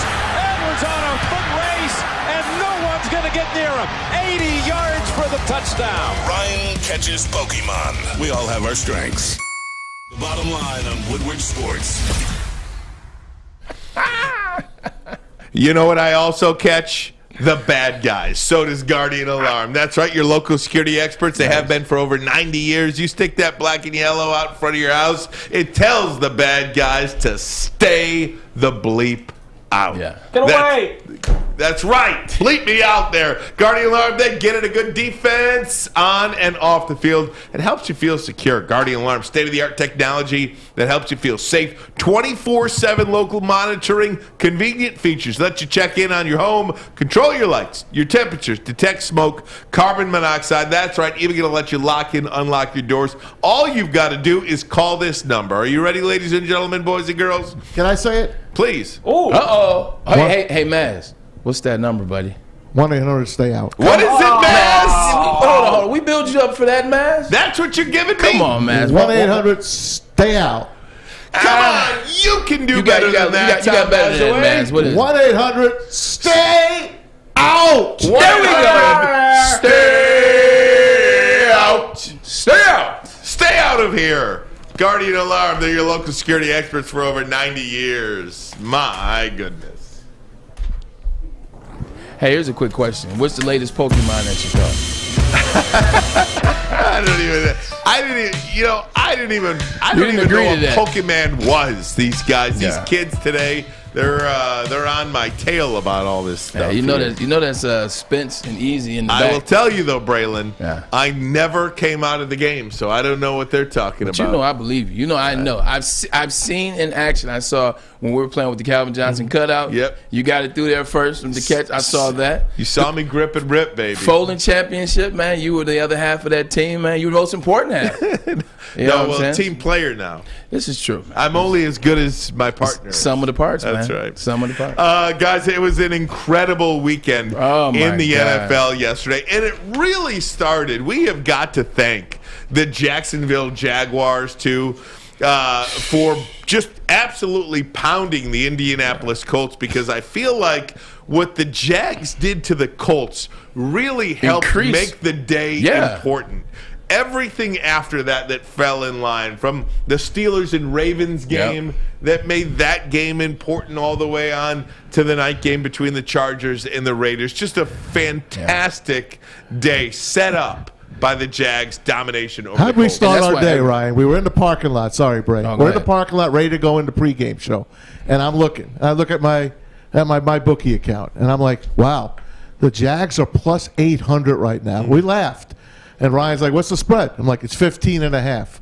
I'm like, I should throw $10 on the Jags to win. He's like, go ahead and do it. Put 100. I got sidetracked. I didn't do it. So 10 would have won me 80. Obviously 100 would have won me $8,000. Yeah.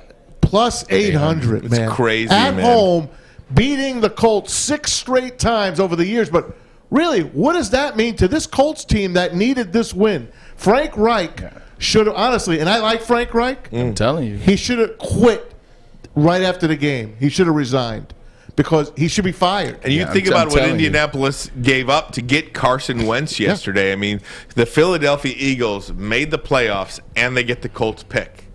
I mean, the Colts don't have a first-round pick. It's the ultimate slap. Yeah, it is. It's it's very similar to what happened in Seattle. And that's why Pete Carroll should lose the control that he gained, because he's the one that traded 2 first-round picks for Jamal Adams, who has not worked 2 first-round picks. But it was an interesting week, and I think that goes to say, everybody wanted you to put the Chargers and the Raiders at the same time as the Jaguars and the Colts because they didn't want the foolishness or the tomfoolery.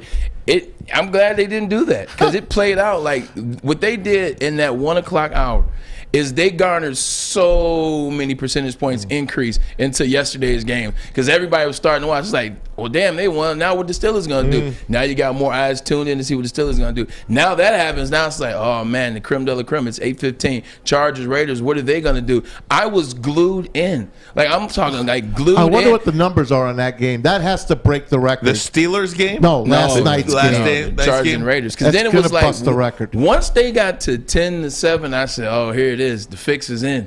I said they're going to kick a field goal, and I said nobody's going to score again after. It's like every time they score, it was like they still can have this point, or it could be this point. And then when they were 15 down, I think when they were 15 down is when I said this is going to be Murphy's Law day. When they were 15 down, I said they're going to get it. It's going overtime. Now remind me, though, take me back to the Steelers-Ravens game. And I thought those announcers did a really poor job of energy.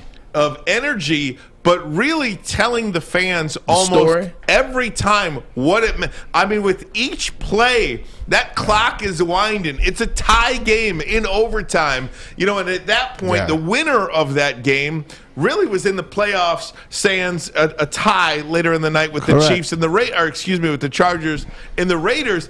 And all I'm thinking to myself is, this game's going to end in the tie. Yeah. What happens at that point? I don't think they did a good enough job of explaining what would happen if the Steelers and Ravens actually tied. Now, they said it once or twice, but not nearly did they make a big deal out of a potential tie. The Colts got in. Colts got in if they tied. They both would have been eliminated. It was a 4th down catch, and I forget the receiver's name. Ben Roethlisberger threw a low ball. Oh, right over the middle. Over the middle.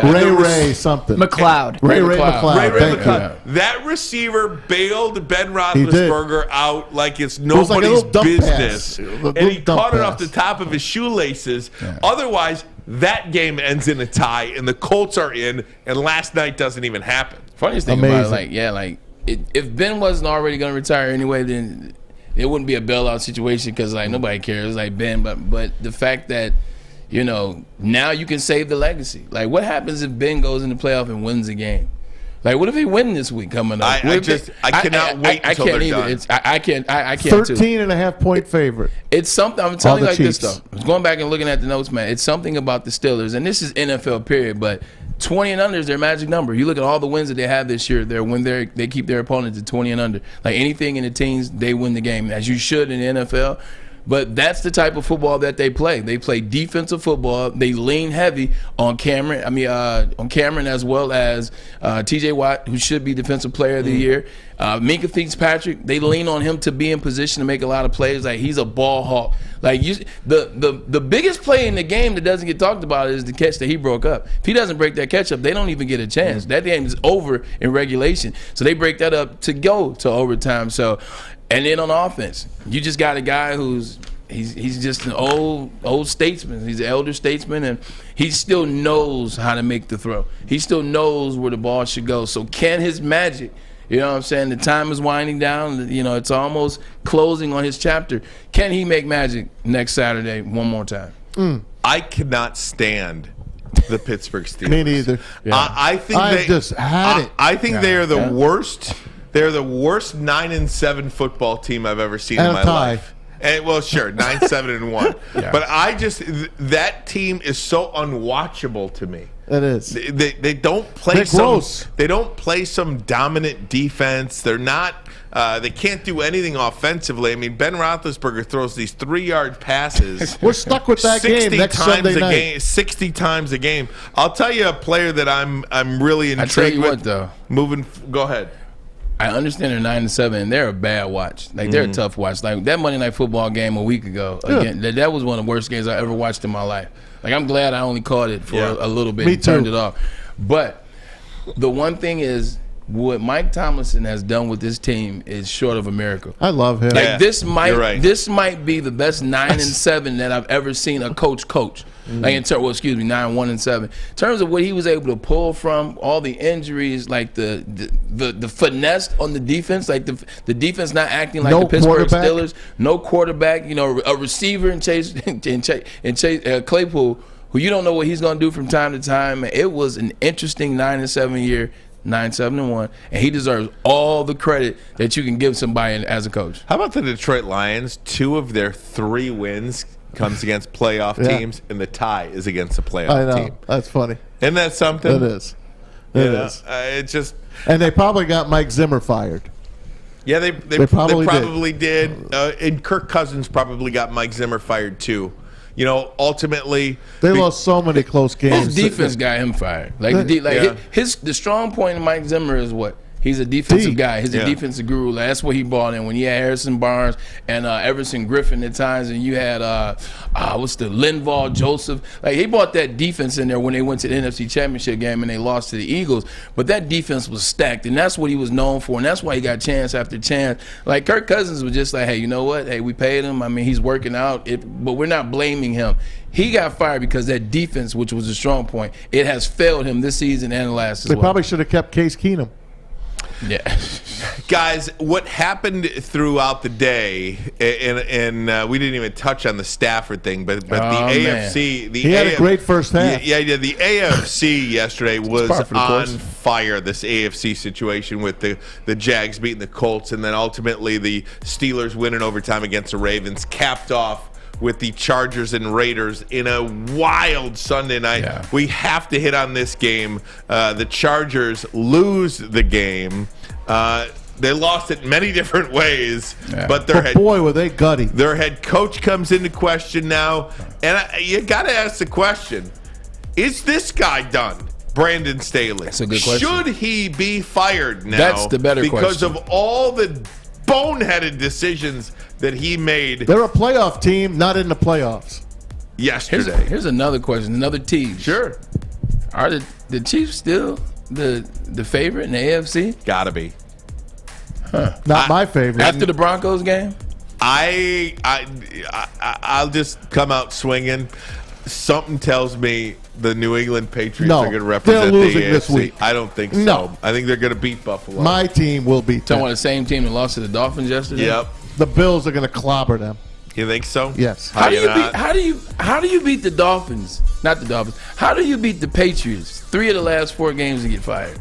How do you win 8 of the last 9 games and you play and get fired? 19 of 14 is his record last 33 games. Fired. He's the best of the Belichick tree, Brian Flores. Fired. Hands down. Fired today in Miami. So we'll talk about last night's game, Chargers and Raiders. We'll talk about Brian Flores getting fired in Miami, and there's a mess in the Giants too. Mess in the Giants and mess in New York. Mr. Ross, Stephen Ross, talked about Jim Harbaugh as well. There's a lot to get to. Sprint to the finish here. Ermanni and Edwards. Woodward Sports Network, the bottom line. Everything that we've hoped for, finally. He's going deep, right side.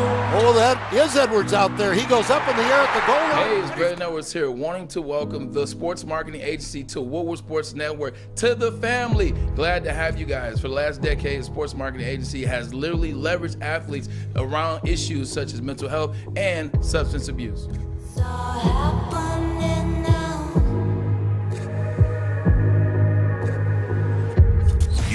commercials? The other guys have those. You want great sports takes? Touchdown! What a play! Woodward Sports has those. Detroit's new sports outlet, the Woodward Sports Network. Hey guys, I want to tell you about Les Stanford Chevrolet Cadillac located in Dearborn on Michigan Avenue. General Motors announced recently the all-new electric Chevrolet Silverado. Reservations are open right now on Chevy.com. Les Stanford is going to have one of the largest allocations out there, so make sure you get in line at Les Stanford Chevrolet. For more, call them today, 313-565-6000, 313-565-6000. Go online, LesStanford.com, LesStanford.com. Les Stanford Chevrolet, find new roads. Find those roads. Tell Weston Maz sent you. Yeah, that's right. Weston Stanford was out at the Tin Roof yesterday. Tin Roof. Came on with us to tell us about that all-new electric Chevy Silverado. He told me he was going to take that Equinox off my hands. And are you going to do that? Hell yeah. Yeah, I mean, Maz has you had your. Did you buy or lease? No, I lease. And it doesn't matter because Les Stanford is your authorized lease return center. Yeah. Did you know that? And also, Maz just got this car less than a year ago. Yep. Weston said, "We'll take it back from you." No doubt I'm about it. I'm going to get a Blazer. You are. Yeah. You getting the Blazer? I want to. Oh man, come pick me As long up. as they make it right. All right, so They're if you gonna get make the it right Blazer, for you, you got to baby. come pick me up now. You got to You pick got me it, up. man. Then right. We got your car all set. I already told him to save you the new truck. I'm gonna be cheap with this one, though, man. I'm never putting gas in it, so but technically, I guess I won't have to. All right. Guys, got to get to the game last night between the Chargers and the Raiders. And what started out as a joke nearly ended in a joke. Nearly legitimately ended in a tie last night where both teams would have made it. Brandon Staley with a head scratcher of a timeout that ultimately perhaps cost his team a playoff berth. It did, because you heard Derek Carr at the end. Michelle Tafoya asked him about the timeout. Did it change the Raiders' way of thinking? He said, absolutely, because they were just running it into the middle of the field. They were literally just running it. I'm like, wow, these teams that's it. It's over. It's a tie. They're both going to make it. And you know what I said? I'm glad. No Steelers. The Chargers are in. I'd rather have them in than the Steelers. I'm happy because that game shouldn't have had a loser last night. It was that well played. The Chargers score a touchdown at the buzzer to tie it. Amazing. And I think, Braylon, look, here's the problem that I have with Staley as well, the Chargers head coach. Forget about the timeout in overtime, okay? How could you? I know, but you have been this gambling man, rolling the dice guy all season long, and even came out came out after the Monday Night Football when they lost. He came out and said, "Hey, look, this ain't going nowhere. This is who we are. I stand by my decision, and we're going to also always do it." In that game last night, they converted 6 fourth-down plays. So my question is, when you coach like that all season long, when that's just the MO of your football team, how do you not go for 2 to win the football game at the end of regulation? Because how do you not gets you do in. that? Because a tie gets you in. He would have shot himself had he gone for 2 and lost by 1 freaking point. When a tie gets you in, you're 10 minutes away from a tie. And it almost happened. Yeah, at the same time, man, that's your rival. Like, I don't owe them any favors. If I'm going to say this aggressive style of play, which a lot of times can border on reckless, which, going for it on the 18-yard line and when the third quarter was reckless. Yeah, that was reckless. That wasn't aggressive. But go for it. Like, your team believes in you. This is what you said after the Monday Night Football loss. This is who we are. We go for it. We're aggressive. We take the numbers into consideration. Well, you know what? You got 2 yards. Go for it. Be aggressive. Like Ryan says, go for it all. Just get it out the way now. Just get it out the way now. Just go for it. Be aggressive. Show us that you really meant what you said.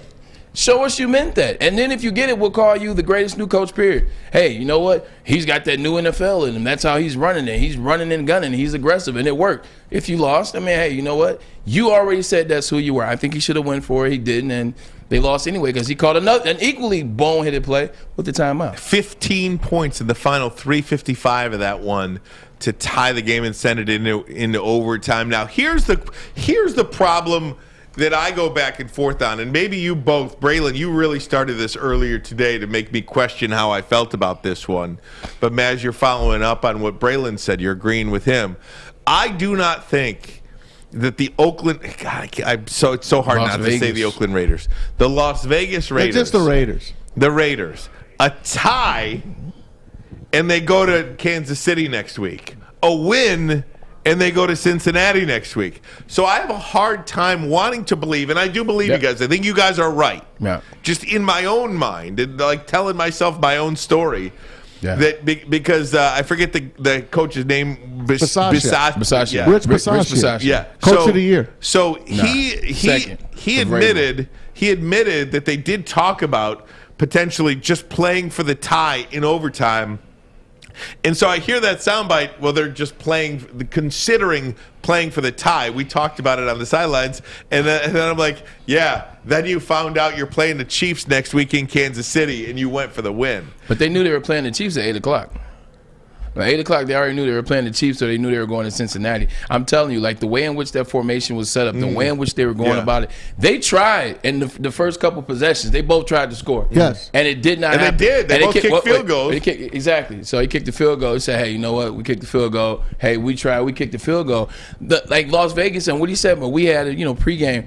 Wasn't that they had the conversation. It was more so like, hey, how's your team doing? You guys in shape? All right, cool, man. Like, if it was one of those conversations where it's like they didn't say the words out loud or things like that. But they, after the small talk and how your team and your blah, blah, blah, it's like, hey, look, basically it's one of those looks where we're not telling you exactly that. We're agreeing to go for the tie. But we're saying if it comes about sort of naturally, why not go for the tie? They were trying to run the ball 3rd and 23. Up the middle. They were running the ball up the middle. They legitimately were giving them the game. They were like, you know what? We've done enough for this is an organic tie. Like, that could have been an organic tie last night. Up to 3 minutes, they played it perfectly. Yep. Once 3 minutes hit and the Raiders got a couple of first downs, no one's calling timeout. They just killing the clock. And then they had the one timeout, and then the Raiders have a 10-yard run. Without that 10-yard run, they're not trying for that field goal. Yeah, because they were, at the 42-yard line they're or not something trying like for that? it. I was hoping that he missed. I was hoping the field goal kicker missed. That would have been great. That would have been great. Or a botched snap or something. Something, yeah. Could he have missed on purpose? He could have, but he has never missed in that stadium. Yeah, Daniel Carlson has never missed in that NFL stadium. wouldn't be going for that. They would be checking all type of offshore accounts and everything. Like he couldn't miss that field goal. I'll tell you, Bisaccia, man, they love him, by the way, in Vegas. They love him. I think he should be their new coach. And I haven't paid attention enough, but the reason why I say that is when you go through things like this, where they went through a lot of turmoil, they went through a lot of adversity this season, and to have a coach that still got them into the playoffs, to have a guy that he's a different coach. He's an old school guy. He doesn't take any BS. You can tell that. Kind of says what's on his mind. He's not a deceiver. He's not one of those type of cats. And they play for him. It seems that he knows how to talk to the guys. Sometimes that's what you need. Like, remember at Miami, Butch Davis leaves. He tells them he's not going to the NFL, and guess what he does? He goes to the NFL coaches for the Browns. They moved Larry Coker, who was already on the coaching staff. They moved Coker up. The players already loved him. It's essentially the same thing with Buddy Ryan and Ditka. Like, they loved the guy already, and they wanted Buddy Ryan to be the guy. Same situation out Rich Bisaccia. The players love him. The players want to play for him. Don't make this a tough decision. I know you have to interview people as part of the legal rules, but you got a guy right there that the team loves. Just go for it. But the word on the street, our close personal peeps tell us that Jim Harbaugh, that's the job that he would go to the NFL for, and they want him. If Rich Bisaccia didn't make the playoffs last night, he probably would have been out, and maybe Jim Harbaugh might be in, and it might still happen. And that's where I was going to go next, guys, because happen. the coaching hires today. We talked about Matt Nagy and Mike Zimmer, Bears-Vikings out. The Dolphins, Brian Flores was fired today. Bizarre. Yeah. bizarre firing. He didn't want to fire a couple of assistants. Yeah, that's the word. And Brian Flores won 8 of 9 to end the season. So one of the guys that I follow on Twitter. By the way, he beat the Patriots twice this year. Michael Lombardi, former NFL general manager, he tweeted out, Flores is gone and the GM stays, even though he picked Tua over Herbert. Makes no sense. Isn't that something? These general managers stick these coaches with players. And I like Tua. I think you can win with Tua, but he's no Justin Herbert. There's not many Justin Herberts out there. How do you miss on that evaluation and keep your job? How do you miss on that? So let's talk about Brian Flores. Stephen Ross addressed a potential link to Jim Harbaugh, and a name that's being floated around to replace Brian Flores in Miami is one that you'll remember here in Detroit, Ermanni and Edwards. Woodward Sports Network, the bottom line. I'm Kay Cunningham. Working with Hall Financial to purchase my first home was easier than I could have ever imagined. They treated me like family from start to finish. Find out for yourself at callhallfirst.com. And a miraculous catch. Follow us everywhere. Just search Woodward Sports on YouTube, Facebook, Twitter, Twitch, IG, and more. Oh, man, today is a perfect day for the best thing there is as it relates to vodka. Michigan's gluten-free vodka, Gypsy Vodka. I'm telling you, what is tonight? It's the national championship between Georgia and Alabama. Wouldn't you like to have a cocktail? In fact, wouldn't you like to infuse some Citron into some Gypsy? Oh, man, that would be amazing. Gypsy Vodka, corn distilled 6 times with artesian spring water. This stuff is the best. 50 formulas went into creating this masterpiece, and guess what? Everyone was worth it because number 50 is amazing. Mike and Adam, you did right by this one. I'm telling you guys, go to your neighborhood liquor store, pick up some Gypsy Vodka. National championship, man, it comes on at 8, so make sure you're at the store by 7 so you can get a chance to relax a little bit, have yourself a craft cocktail. But if you're going to drink at home, be responsible, or anywhere for that matter. They call it Black Monday in the NFL. Coaches get fired. The Bears have a new coach, will have a new coach. The Dolphins will have a new coach, and the Vikings will have a new coach. Broncos, Vic Fangio. Yeah. That was the name. That was the name that I did not get. So Vic Fangio out. One team that won't have a new coach is Detroit Lions, baby, and the New York Football Giants. But I don't know about that. So Joe Judge is still.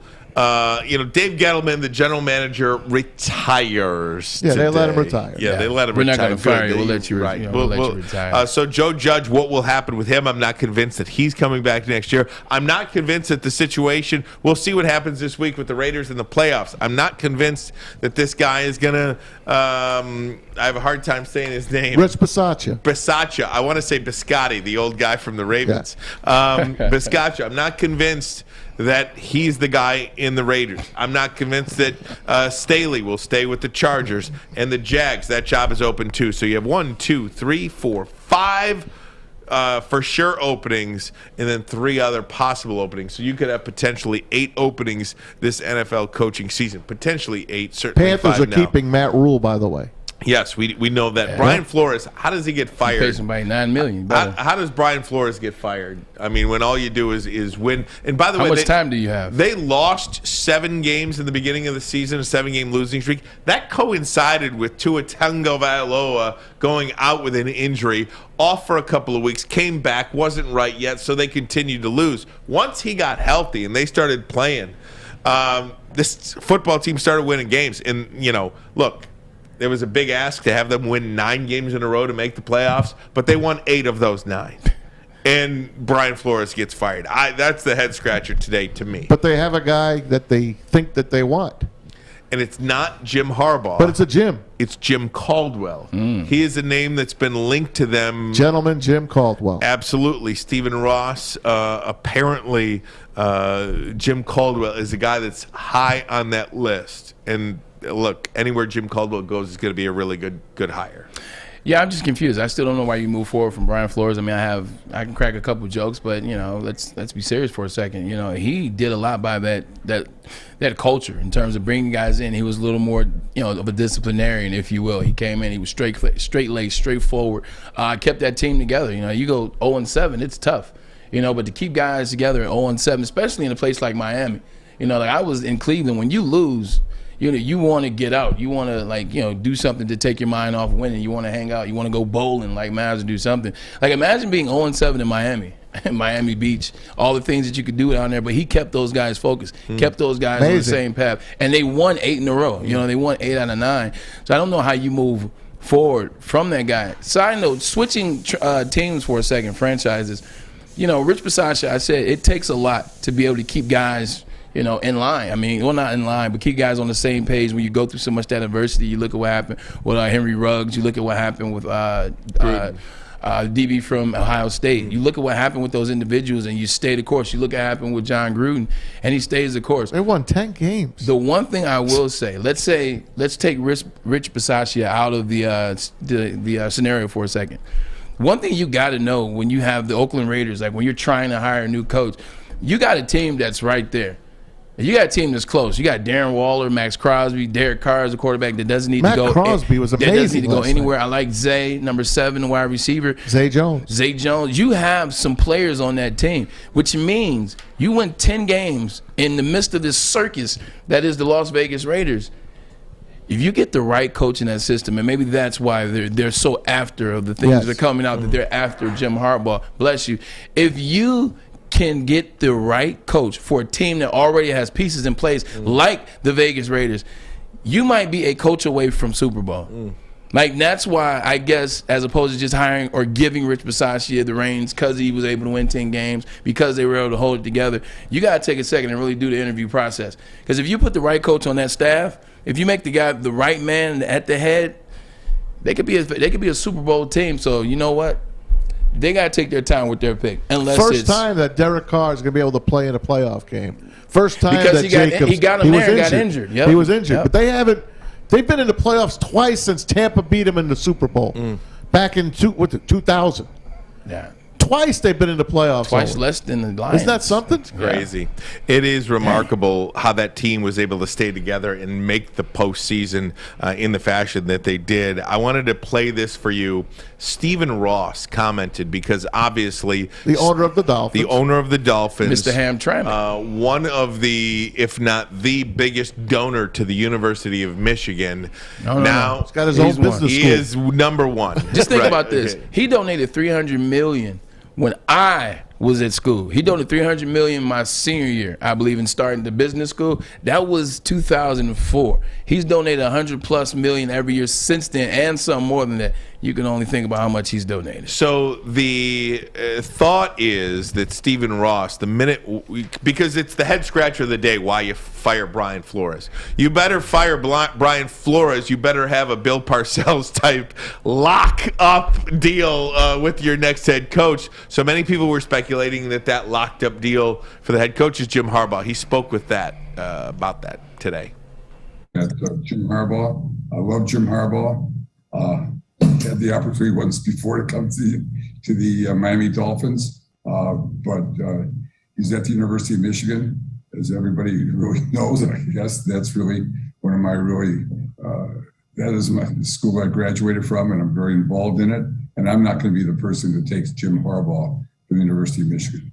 I hope he stays there. He is a great coach.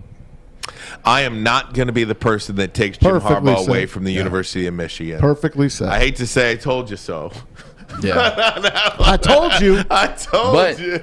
But he may not pull the trigger out loud. You know, it might be somebody within the Dolphins administration. He also said he's not going after Deshaun Watson. When in fact all year we heard that it was his doing that he wanted to have. And they probably Deshaun talked Watson. him out of it. So now that he's on that page, he's trying to come out and say, hey, you know what, we're not going after him because you think maybe that might be one of the reasons that Flores got canned. Think about all year long that the crap he had to put up with about trading his quarterback Tua. Always, constantly having to pull that kid and tell him, no, you're our quarterback. You're our quarterback. Yet there's rumors that the owner's like, I don't want him. I want Deshaun Watson. So he went through a lot this year, Flores. Yeah, wherever he goes, he should take Tua with him. Like, wherever he goes, he take Tua with him. Because I literally saw him sticking up for Tua at the microphone the whole year. Like you're saying, even after the win over in London. I remember the press conference then. I think, they won over in London? They had a good game or somewhere. But I just remember him sticking up for him all year. And so it might be something right to what you're saying. But I want you to hurry up and say who the candidate is, because I got something to say about that. Jim Caldwell. Isn't it funny that the black guy that shouldn't get fired is replacing the black guy that shouldn't have just gotten fired? It's always firing the black coaches. No, but this is interesting, man. Like, because it felt like Jim Caldwell was in his wheelhouse here with the Lions. Now, 5 years has gone by? 5 or 6 years has gone by. He's gotten a little older. Like, you move from Brian Flores to Jim Caldwell. Like, you're essentially going from younger to older. Like, how's the health going to hold up? Now, he was an assistant head coach until he got sick in Miami. So he's been out the last couple of years, but now the traction is back for him. It happened mid-season. We started hearing Jim Caldwell's name being bantered about. So, he's well respected. Look, there are very few coaches. Braylon, you'll be able to tell me whether I'm BSing or not, but I just feel like there's very few coaches in the NFL that garner the type of respect and really love and passion that the players have for said coach. Like, I think this group of Lions has that for Dan Campbell. I know that group in Detroit had that for Jim Caldwell. And when you fired Jim Caldwell, you sent that locker room into a tailspin. And you bring in these crazy disciplinarians, clown show from New England. But Oakland has it with Bisaccia. You don't really the Jets don't have it. The Giants don't have it. The Eagles don't have it. There's not every team loves and reveres their head coach. Jim Caldwell is one of those coaches that that has a love and a respect and an admiration by his players. So Dan Orlovsky's on ESPN every day telling everybody what a great coach Jim Caldwell is. But his record against winning teams is what I think cost him. 5-23 in Detroit. I think that cost him.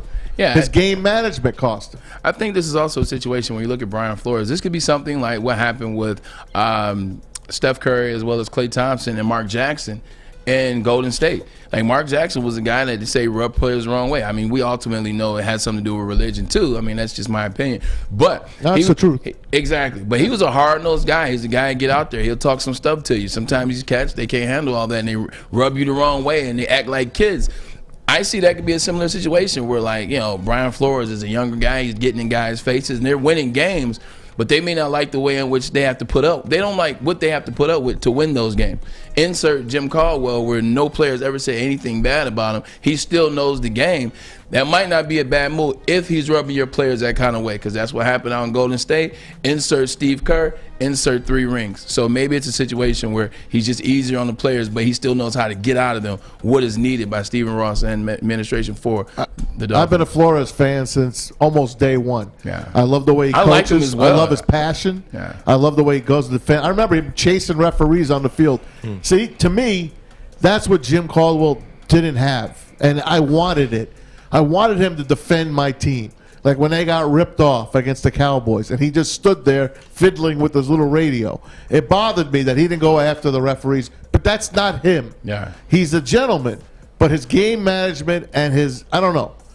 If you go after a referee and they're a little scared of you, you might get a call or two that Jim Caldwell did not get for the Lions. Are you following what I'm talking about? I need a guy that's got passion. But if you Brian don't bother Flores him, has got the passion. But it works on the same time. If you don't bother him, you might get a call because they're like, what, this guy is a nice guy. This guy leads me to hell. But we never got a call. Well, that's because we're the Detroit Lions. Correct. That's not Jim Caldwell. That's just because that's been the way forever. You know which organization needs Jim Caldwell the most here, though, I'd say?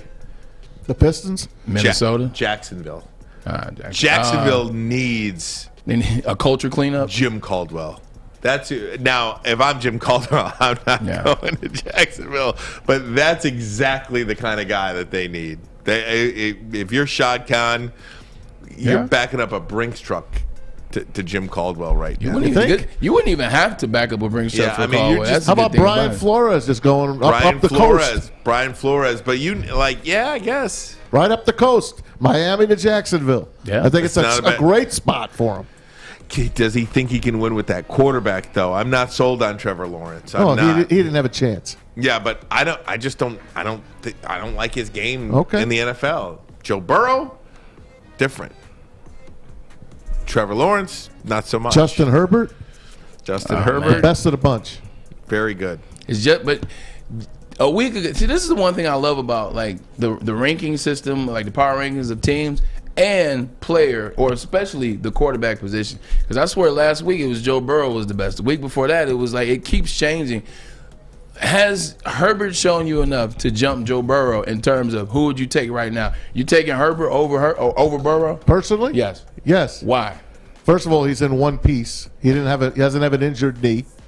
I loved what he did he sold me last night when I watched him take that team from his own 8-yard line and nickel and dime his way. 12. Must have made about 7 fourth down plays. 6. And 6. See, I just took a guess. No, you're right. Yeah. 6 It just 88 seemed yards. every time they needed a play, he got you a play. At one point, Chris Collinsworth said, "Look at him. He's just looked at 5 different receivers, and it hits Eckler for that 2-point conversion as his last ditch." The kid is he's a winner. No, he's a winner. You're right, but he was very inconsistent for a stretch, and they actually were out of the playoffs, a long part of that stretch, and then they played themselves back into it. Injuries. I agree. Like, for me, with Joe Burrow, it's just something different, man. He had 1,000 yards in 2 games. And yeah, they lost, a meaningless game yesterday. But flamethrower. I hope he's great, man. It just looks easier for Joe Burrow. That's the one thing I would say they're both great. Like, you saw the confidence in Herbert yesterday. The 88 yards that he went, 30 seconds, like a minute and 30 seconds. It was amazing. It's just something in Burrow's eyes is different, man. It's just like this. Hey, I can't wait for Raiders-Bengals on Saturday. I can't. Yeah. I cannot wait. We're going to talk about Sunday, these whatever. NFL playoff brackets and games tomorrow. We'll preview that for sure. But next, I want to talk to you guys about Matthew Stafford now. Oh, my God. Matthew Stafford blew a game at home yesterday. They were up 17-0. They were home? You wouldn't have known it. They were up 17-0 against the 49ers and blow that game, costing the division. No, they won the division. Well, they won the division because Arizona lost. Yeah, they backed into the division. But because Arizona lost to the Seattle Seahawks. But nonetheless, they go from the 2 seed to the 4 seed now, and a lot of questions about Matthew Stafford. Now they got to play Arizona Plus, again. he's injured. Can you imagine if he loses this playoff game? Oh, man. I kind of want him to now. I am actually rooting against Matthew Stafford now. I'll tell you why. Ermanni and Edwards. Well, you know why. Network, the bottom line, baby. 26. 26. They're 1-1. This is the tiebreaker. Give me that 26th pick. This is the tiebreaker. They're 1-1. Yeah. Arizona 1-1. LA 1-1. Woodward Sports Network, baby. Bottom line, baby. Break it. Fellas, football season is here. It's time to make your grooming experience easy like Sunday morning. Get to Lady Jane's Haircuts for Men. Walk in, relax, watch your favorite team play, and before you know it, your hair will be game ready. Get to Lady Jane's, open 10 to 8, 7 days a week. Walk in anytime. It's wicked awesome. Make sure you download the Woodward Sports app in the App Store and the Google Play Store today. Take Woodward Sports with you wherever you go and listen live on your phone or mobile device. Hey, everybody, it's Maz for the Folding Warehouse in Hamtramck. What's folding? It's throwing a football at bowling pins. You can go by yourself, play with another friend. You can bring in your teammates, bring in your whole darn place where you work. You can do it all. We did it here at Woodward Sports. It's a lot of fun, as we know, and as you've heard. Ryan and Braylon brought home the championship after a well-deserved bye round in the first round. Hey, man. Make sure. There's a lot of hate I'm going joking. on over That was a there. joke. Make sure you tell them Az and the gang here sent you. Ask for Chris and Noni Hut. Chris is the inventor of folding. It's 2 ways to play: $10 unlimited open play or a private lane reservation. They have over 100 beers, the $2 mystery beer machine, a couple of well-stocked bars, and you bring the food or have the food delivered. It's up to you. Why don't you go get your fold on at the Folding Warehouse? Check them out at foldingwarehouse.com. Guys, it is official. We do have breaking news. The Detroit Pistons announcing today that the team has acquired Bol from the Denver Nuggets in exchange for Rodney Magruder and draft consideration, expected to be a second-round draft pick. Bol. They won't have a second-round pick this year. 7'2". He's got handles and can shoot the three, trying to give him a fresh start away from the Denver Nuggets. So that is now official, the team announcing Bol today. Bobo was good. He didn't play a lot at Oregon because he was injured, but he has skill, man. Like, for a guy that size, he can put the ball on the ground. He can play with his back to the basket. He can play face up on the basket. He can dribble. And a lot of times, you just need a fresh start sometimes. He's got a great chance here. Yeah, 100%. I mean, you got a clean slate here. Yeah, just go show what you can do. Yeah. And like D. Walton talked about, Derek Walton Jr. was on this last week, is those spots that are free, that's where guys have an opportunity to get in there. And you mean to tell me we don't need a guy at that position to be able to handle the ball and shoot like he can? Come on, Bobo. Come on, Bol. And come on, Matthew Stafford. What in the world, my friend? Matthew Stafford and the L.A. Rams before a packed house at of all 49ers Oh, my fans. God. Was that something? Did you guys notice that watching the game? My buddy John Lund, who covers the 49ers out for the 49ers radio out in San Francisco, told me it was easy 70-30 49er fans at SoFi Stadium. 70-30. That's ridiculous. And they asked Matthew Stafford about the game. He's like, hey, we had a hard time running our offense. We couldn't hear. It's their own stadium. And they didn't. LA fans are putrid, by the way. We're going to look. We could talk about the NFL playoff matchups tomorrow, but Matthew Stafford absolutely has to be better if the LA Rams are going to win a playoff game. He has been horrible over the last month of the season. He has thrown 2, 4, 7, 8 interceptions over the last 4 weeks. 4 of them pick sixes. 8 interceptions over the last month of the season. Unbelievable. Now, Unbelievable. 3 of them pick sixes. 3 of them pick sixes, and in 3 of those games, he has thrown them against non-playoff teams. So LA has been better and been able to overcome those interceptions. They will not be able to overcome those interceptions 2 a game, 2 a game, 3 a game, 1 against Seattle. They cannot overcome that type of just malfeasance with the ball. They don't run the ball, Ryan. Well, they don't run the ball. They have Cooper Kupp, who is the best receiver in football, and it's by far right now because that guy is amazing. Him and Stafford, they got it made. But if you take Cooper Kupp out of the game, they're in trouble. Yeah, and they've been that way all season. If you look at their wins have come against teams that aren't going to the playoffs. Yes, they have 2 wins. They beat, I want to say they beat the Cardinals once, and they did squeak out a win. Oh, no, I take that back. The Ravens aren't going to the playoffs. So they don't win against teams with winning records. It's like Stafford always has this disconnect, and I don't want to always blame Stafford, but this particular situation, just look at the end of the game. They're in overtime. They can win and be the number 2 seed, which means they get two home games, or lose and get 1 home game and have to go on the road for the rest of the playoff. You got an opportunity where you have Odell Beckham. Odell Beckham is behind the cornerback. Ambry Thomas, by the way, University of Michigan, fellow number 1 club guy. Like, he's on top of a rookie DB. Throw the ball out there. Like, come on, Matt. Like, give him an opportunity. I don't even have to go back to the rest of the game. Just this one play. Like, you threw the ball so far underneath it, man. You weren't dodging the tackle, dodging the sack. You weren't worried about Nick Bosa coming off the edge. You had time to plant your feet. You got to be better than that, man. Like, this is the stuff that we complained about in Detroit in these moments. And then you write the piece about wanting to be in the big game, wanting to be in the big moments, wanting to have opportunities to beat teams with better records. Prime time. Well, you had that prime time opportunity. Like, teams were watching. Everybody was watching you, and you can throw the interception. Throw it to an Odell Beckham, too. Like, this is a guy that can make plays. Give him an opportunity. It's going to be interesting. They limped into the playoffs. Now they're a team where it's hard to beat a team twice in one team. Beat a team twice in one season. They got to play the Cardinals now. So, in all 5 losses for the LA Rams, Matthew Stafford and the Rams lost to 5 teams that have qualified for the playoffs. Lost to the San Francisco 49ers twice, lost to Green Bay, lost to San Francisco lost to Tennessee, and lost to Arizona. In those 5 losses, Matthew Stafford has thrown 1, 2, 3, 4, 5, 6, 7, 8 interceptions. Ow. 0-5. Ouch. That ain't good. Matthew Stafford, book it. Card's going to beat the Rams this week. Monday Night Football. I got it. First time. I agree. Book it. We'll see. I agree. I don't know about that, but we'll see. 0-5, I 8 agree. picks. I agree. Because guess who's coming back?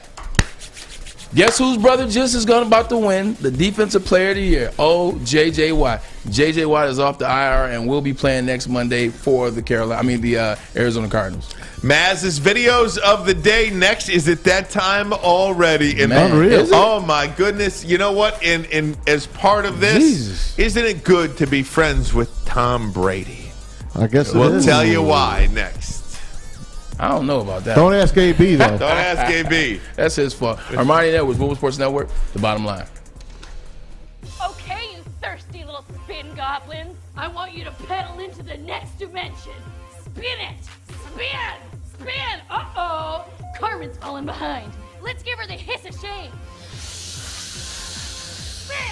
Spin till you bleed! Don't ride the bike of shame. Come to Planet Fitness and find your own lane with tons of equipment, free fitness training, and no hissing. Join today for just $10 a month. Big names, bigger opinions. It's the bottom line on Woodward Sports.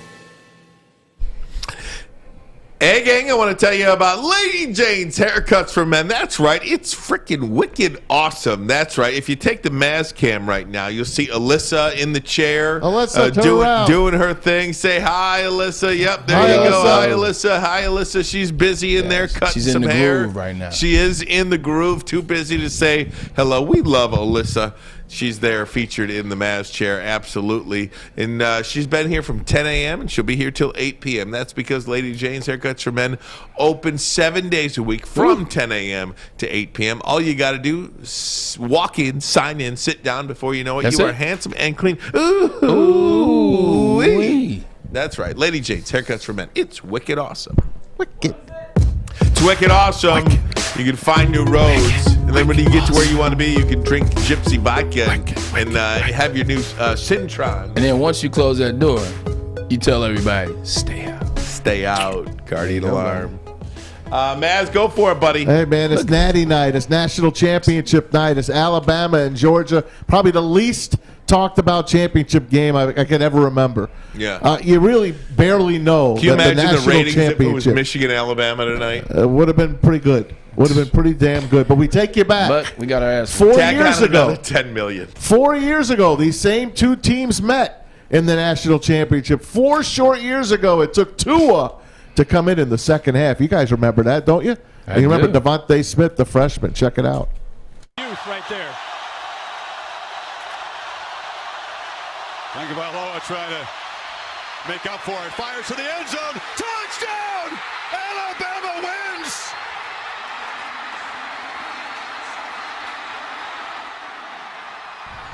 Did you see the camera guy go down in that? Yep. You got to play it again. What a game. Got to play it again.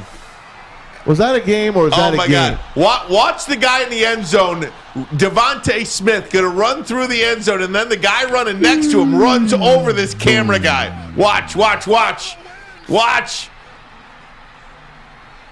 Boom!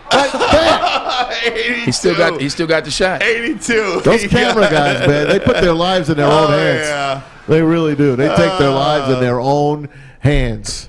Actually, I can't even watch that game right now, man, because when I watch that game, you know what I see?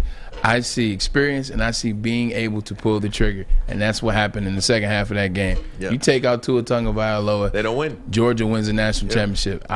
Was that Jake Fromm or no? Who played for Georgia was that Fromm. day? It was Fromm. That was Fromm. He threw his first touchdown pass yesterday for the Giants. And somebody that else was could have about done it. that, man. For They the had an fighting opportunity. Gettlemans. For the fighting Gettleman. So that was 4 years ago. I hope we get the exact game tonight. I got Bama tonight, I think. Just because I just can't bet against Nick Saban. I think Georgia showed me they made Michigan look like a peewee squad. Yeah. I got to go with the Bulldogs this time. Good.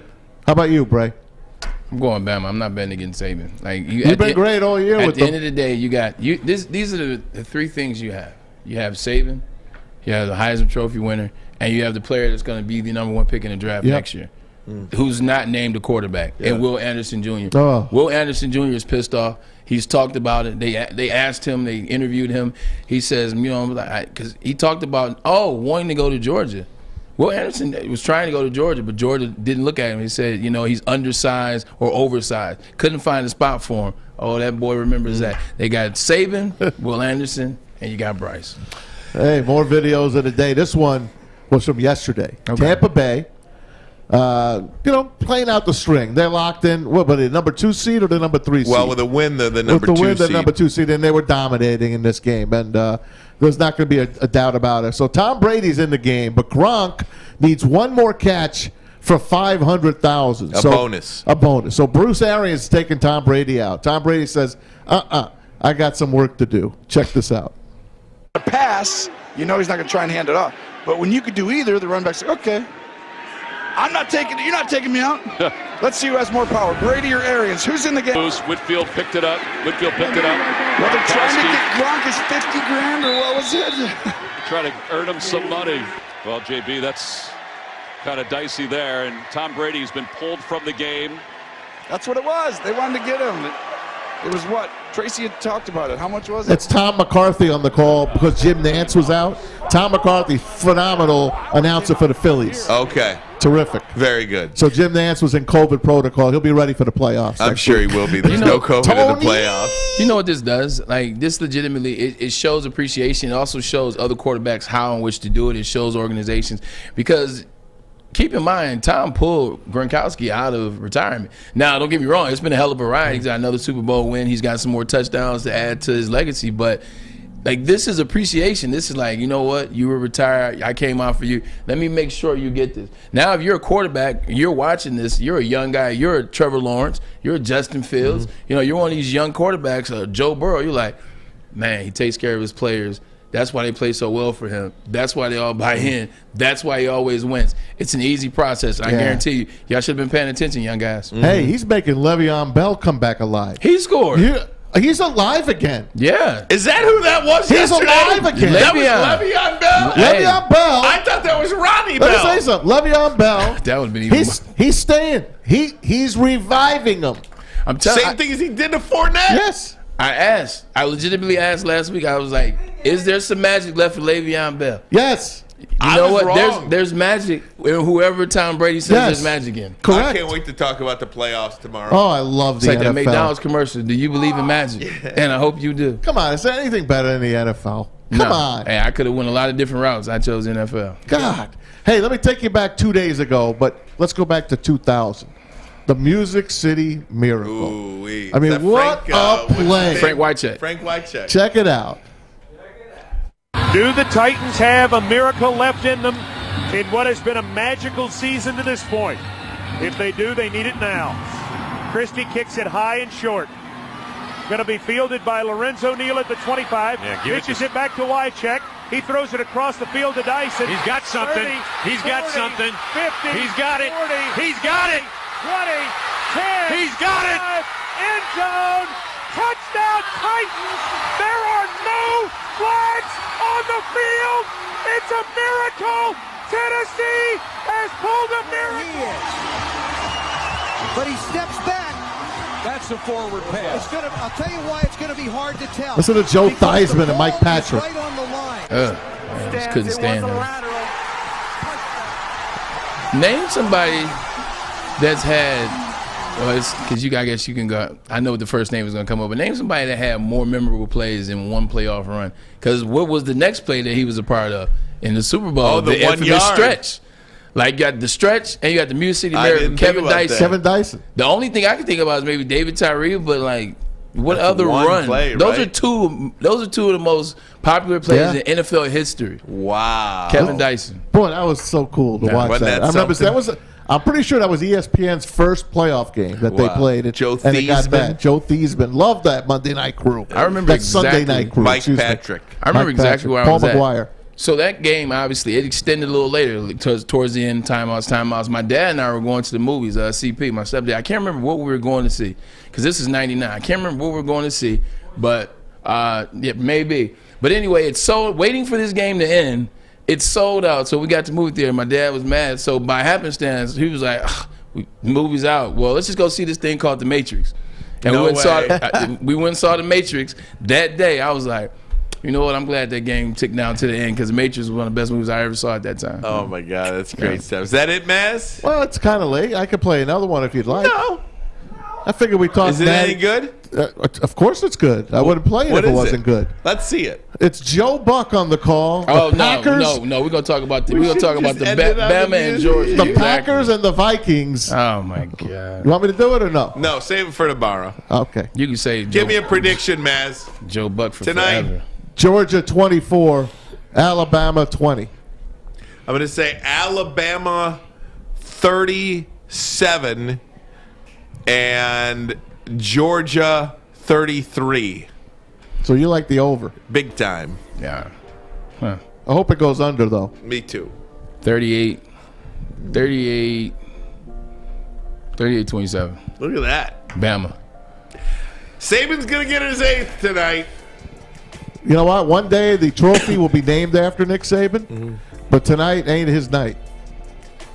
He's got the number 1 player in this year's draft. He's got the number 1 player in next year's draft. He's got the number 2 player in next year's draft. He's got the Heisman Trophy winner. He does. And he's got the 3rd best wide receiver in the country currently on that roster. So Yes, he they does. are way more loaded than people give them credit for. No question. Who's better than you, Braylon Edwards? Get us out of here, buddy. You and Maz. Check this out, man. This is another great show. We're having fun. Watch the game tonight, Alabama and Georgia. It will be fun. We will come in hot tomorrow, and I will be bragging as always as I hit you with my infamous line.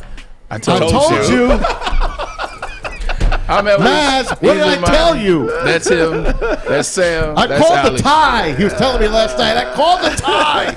I did say that. You did. I called the tie, Maz. I called the tie last Friday. I'm like, please kick the freaking field goal so we don't freaking win. Man, the hell with you guys, man. Uh-oh. I guess that was a sign. We're out of here. To go from what we were looking at and thinking at halftime to what we just witnessed and finish our week 1 with this new regime, I'm feeling pretty good, man. Like, how much do you hate the Packers? No way. No way. Get the hell out of here, Justin Tucker. Get the hell out of here. You know, this is the kind of stuff that happens to the Lions, bro. No way. You already know he's making this. No way. This is the kind of stuff that happens to the Lions. And he nailed it. No way. I told you. Oh, he's short. Oh, it hit the bar. Oh, did it hit the bar? Oh my God, it went over. Oh no. Oh no. Oh my God. Sawyer, go to the bar camera. What the hell just no? Brother got me into this. I see. Okay. I wasn't into football or anything like that. Gotcha. There's another Bears fan here. Is that your friend? Yes, that's my buddy. Throw him out. Through 3 quarters, we had 6 first downs. Ouch. That's unacceptable. Yeah.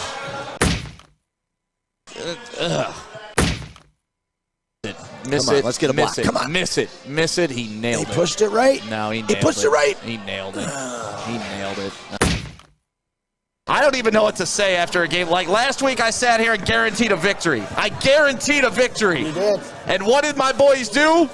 They came out and kicked me right in the... Timeout sure would be nice. Oh, and he doesn't even... What are you doing? Get out of bounds. Fucking lateral. Oh, boy. Oh, boy. Get out of bounds. Oh, no, there's no time now. It's over. Oh,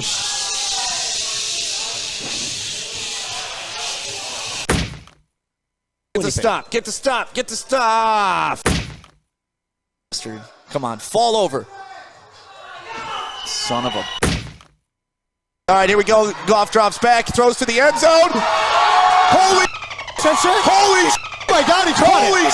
Oh, my God. Oh, my God. Oh, my God. Oh, my... You ready? You ready, baby? You ready, baby? Are you ready? Yeah. This game just, I mean...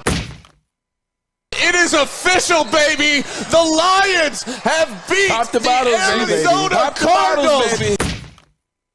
Tim Boyle. Oh my God. You know, I swear, I almost just said, I feel like we're going to win. It's such a different feeling right now. I feel like we're knocking the Lions this up. But at the end of the day, this is a curb stomping. Like, we didn't stand a chance at any point in this game, really. The closest we got was 16. And that's not really something you want to build your foundation around. Is we were close at being down 16. We were close at kickoff.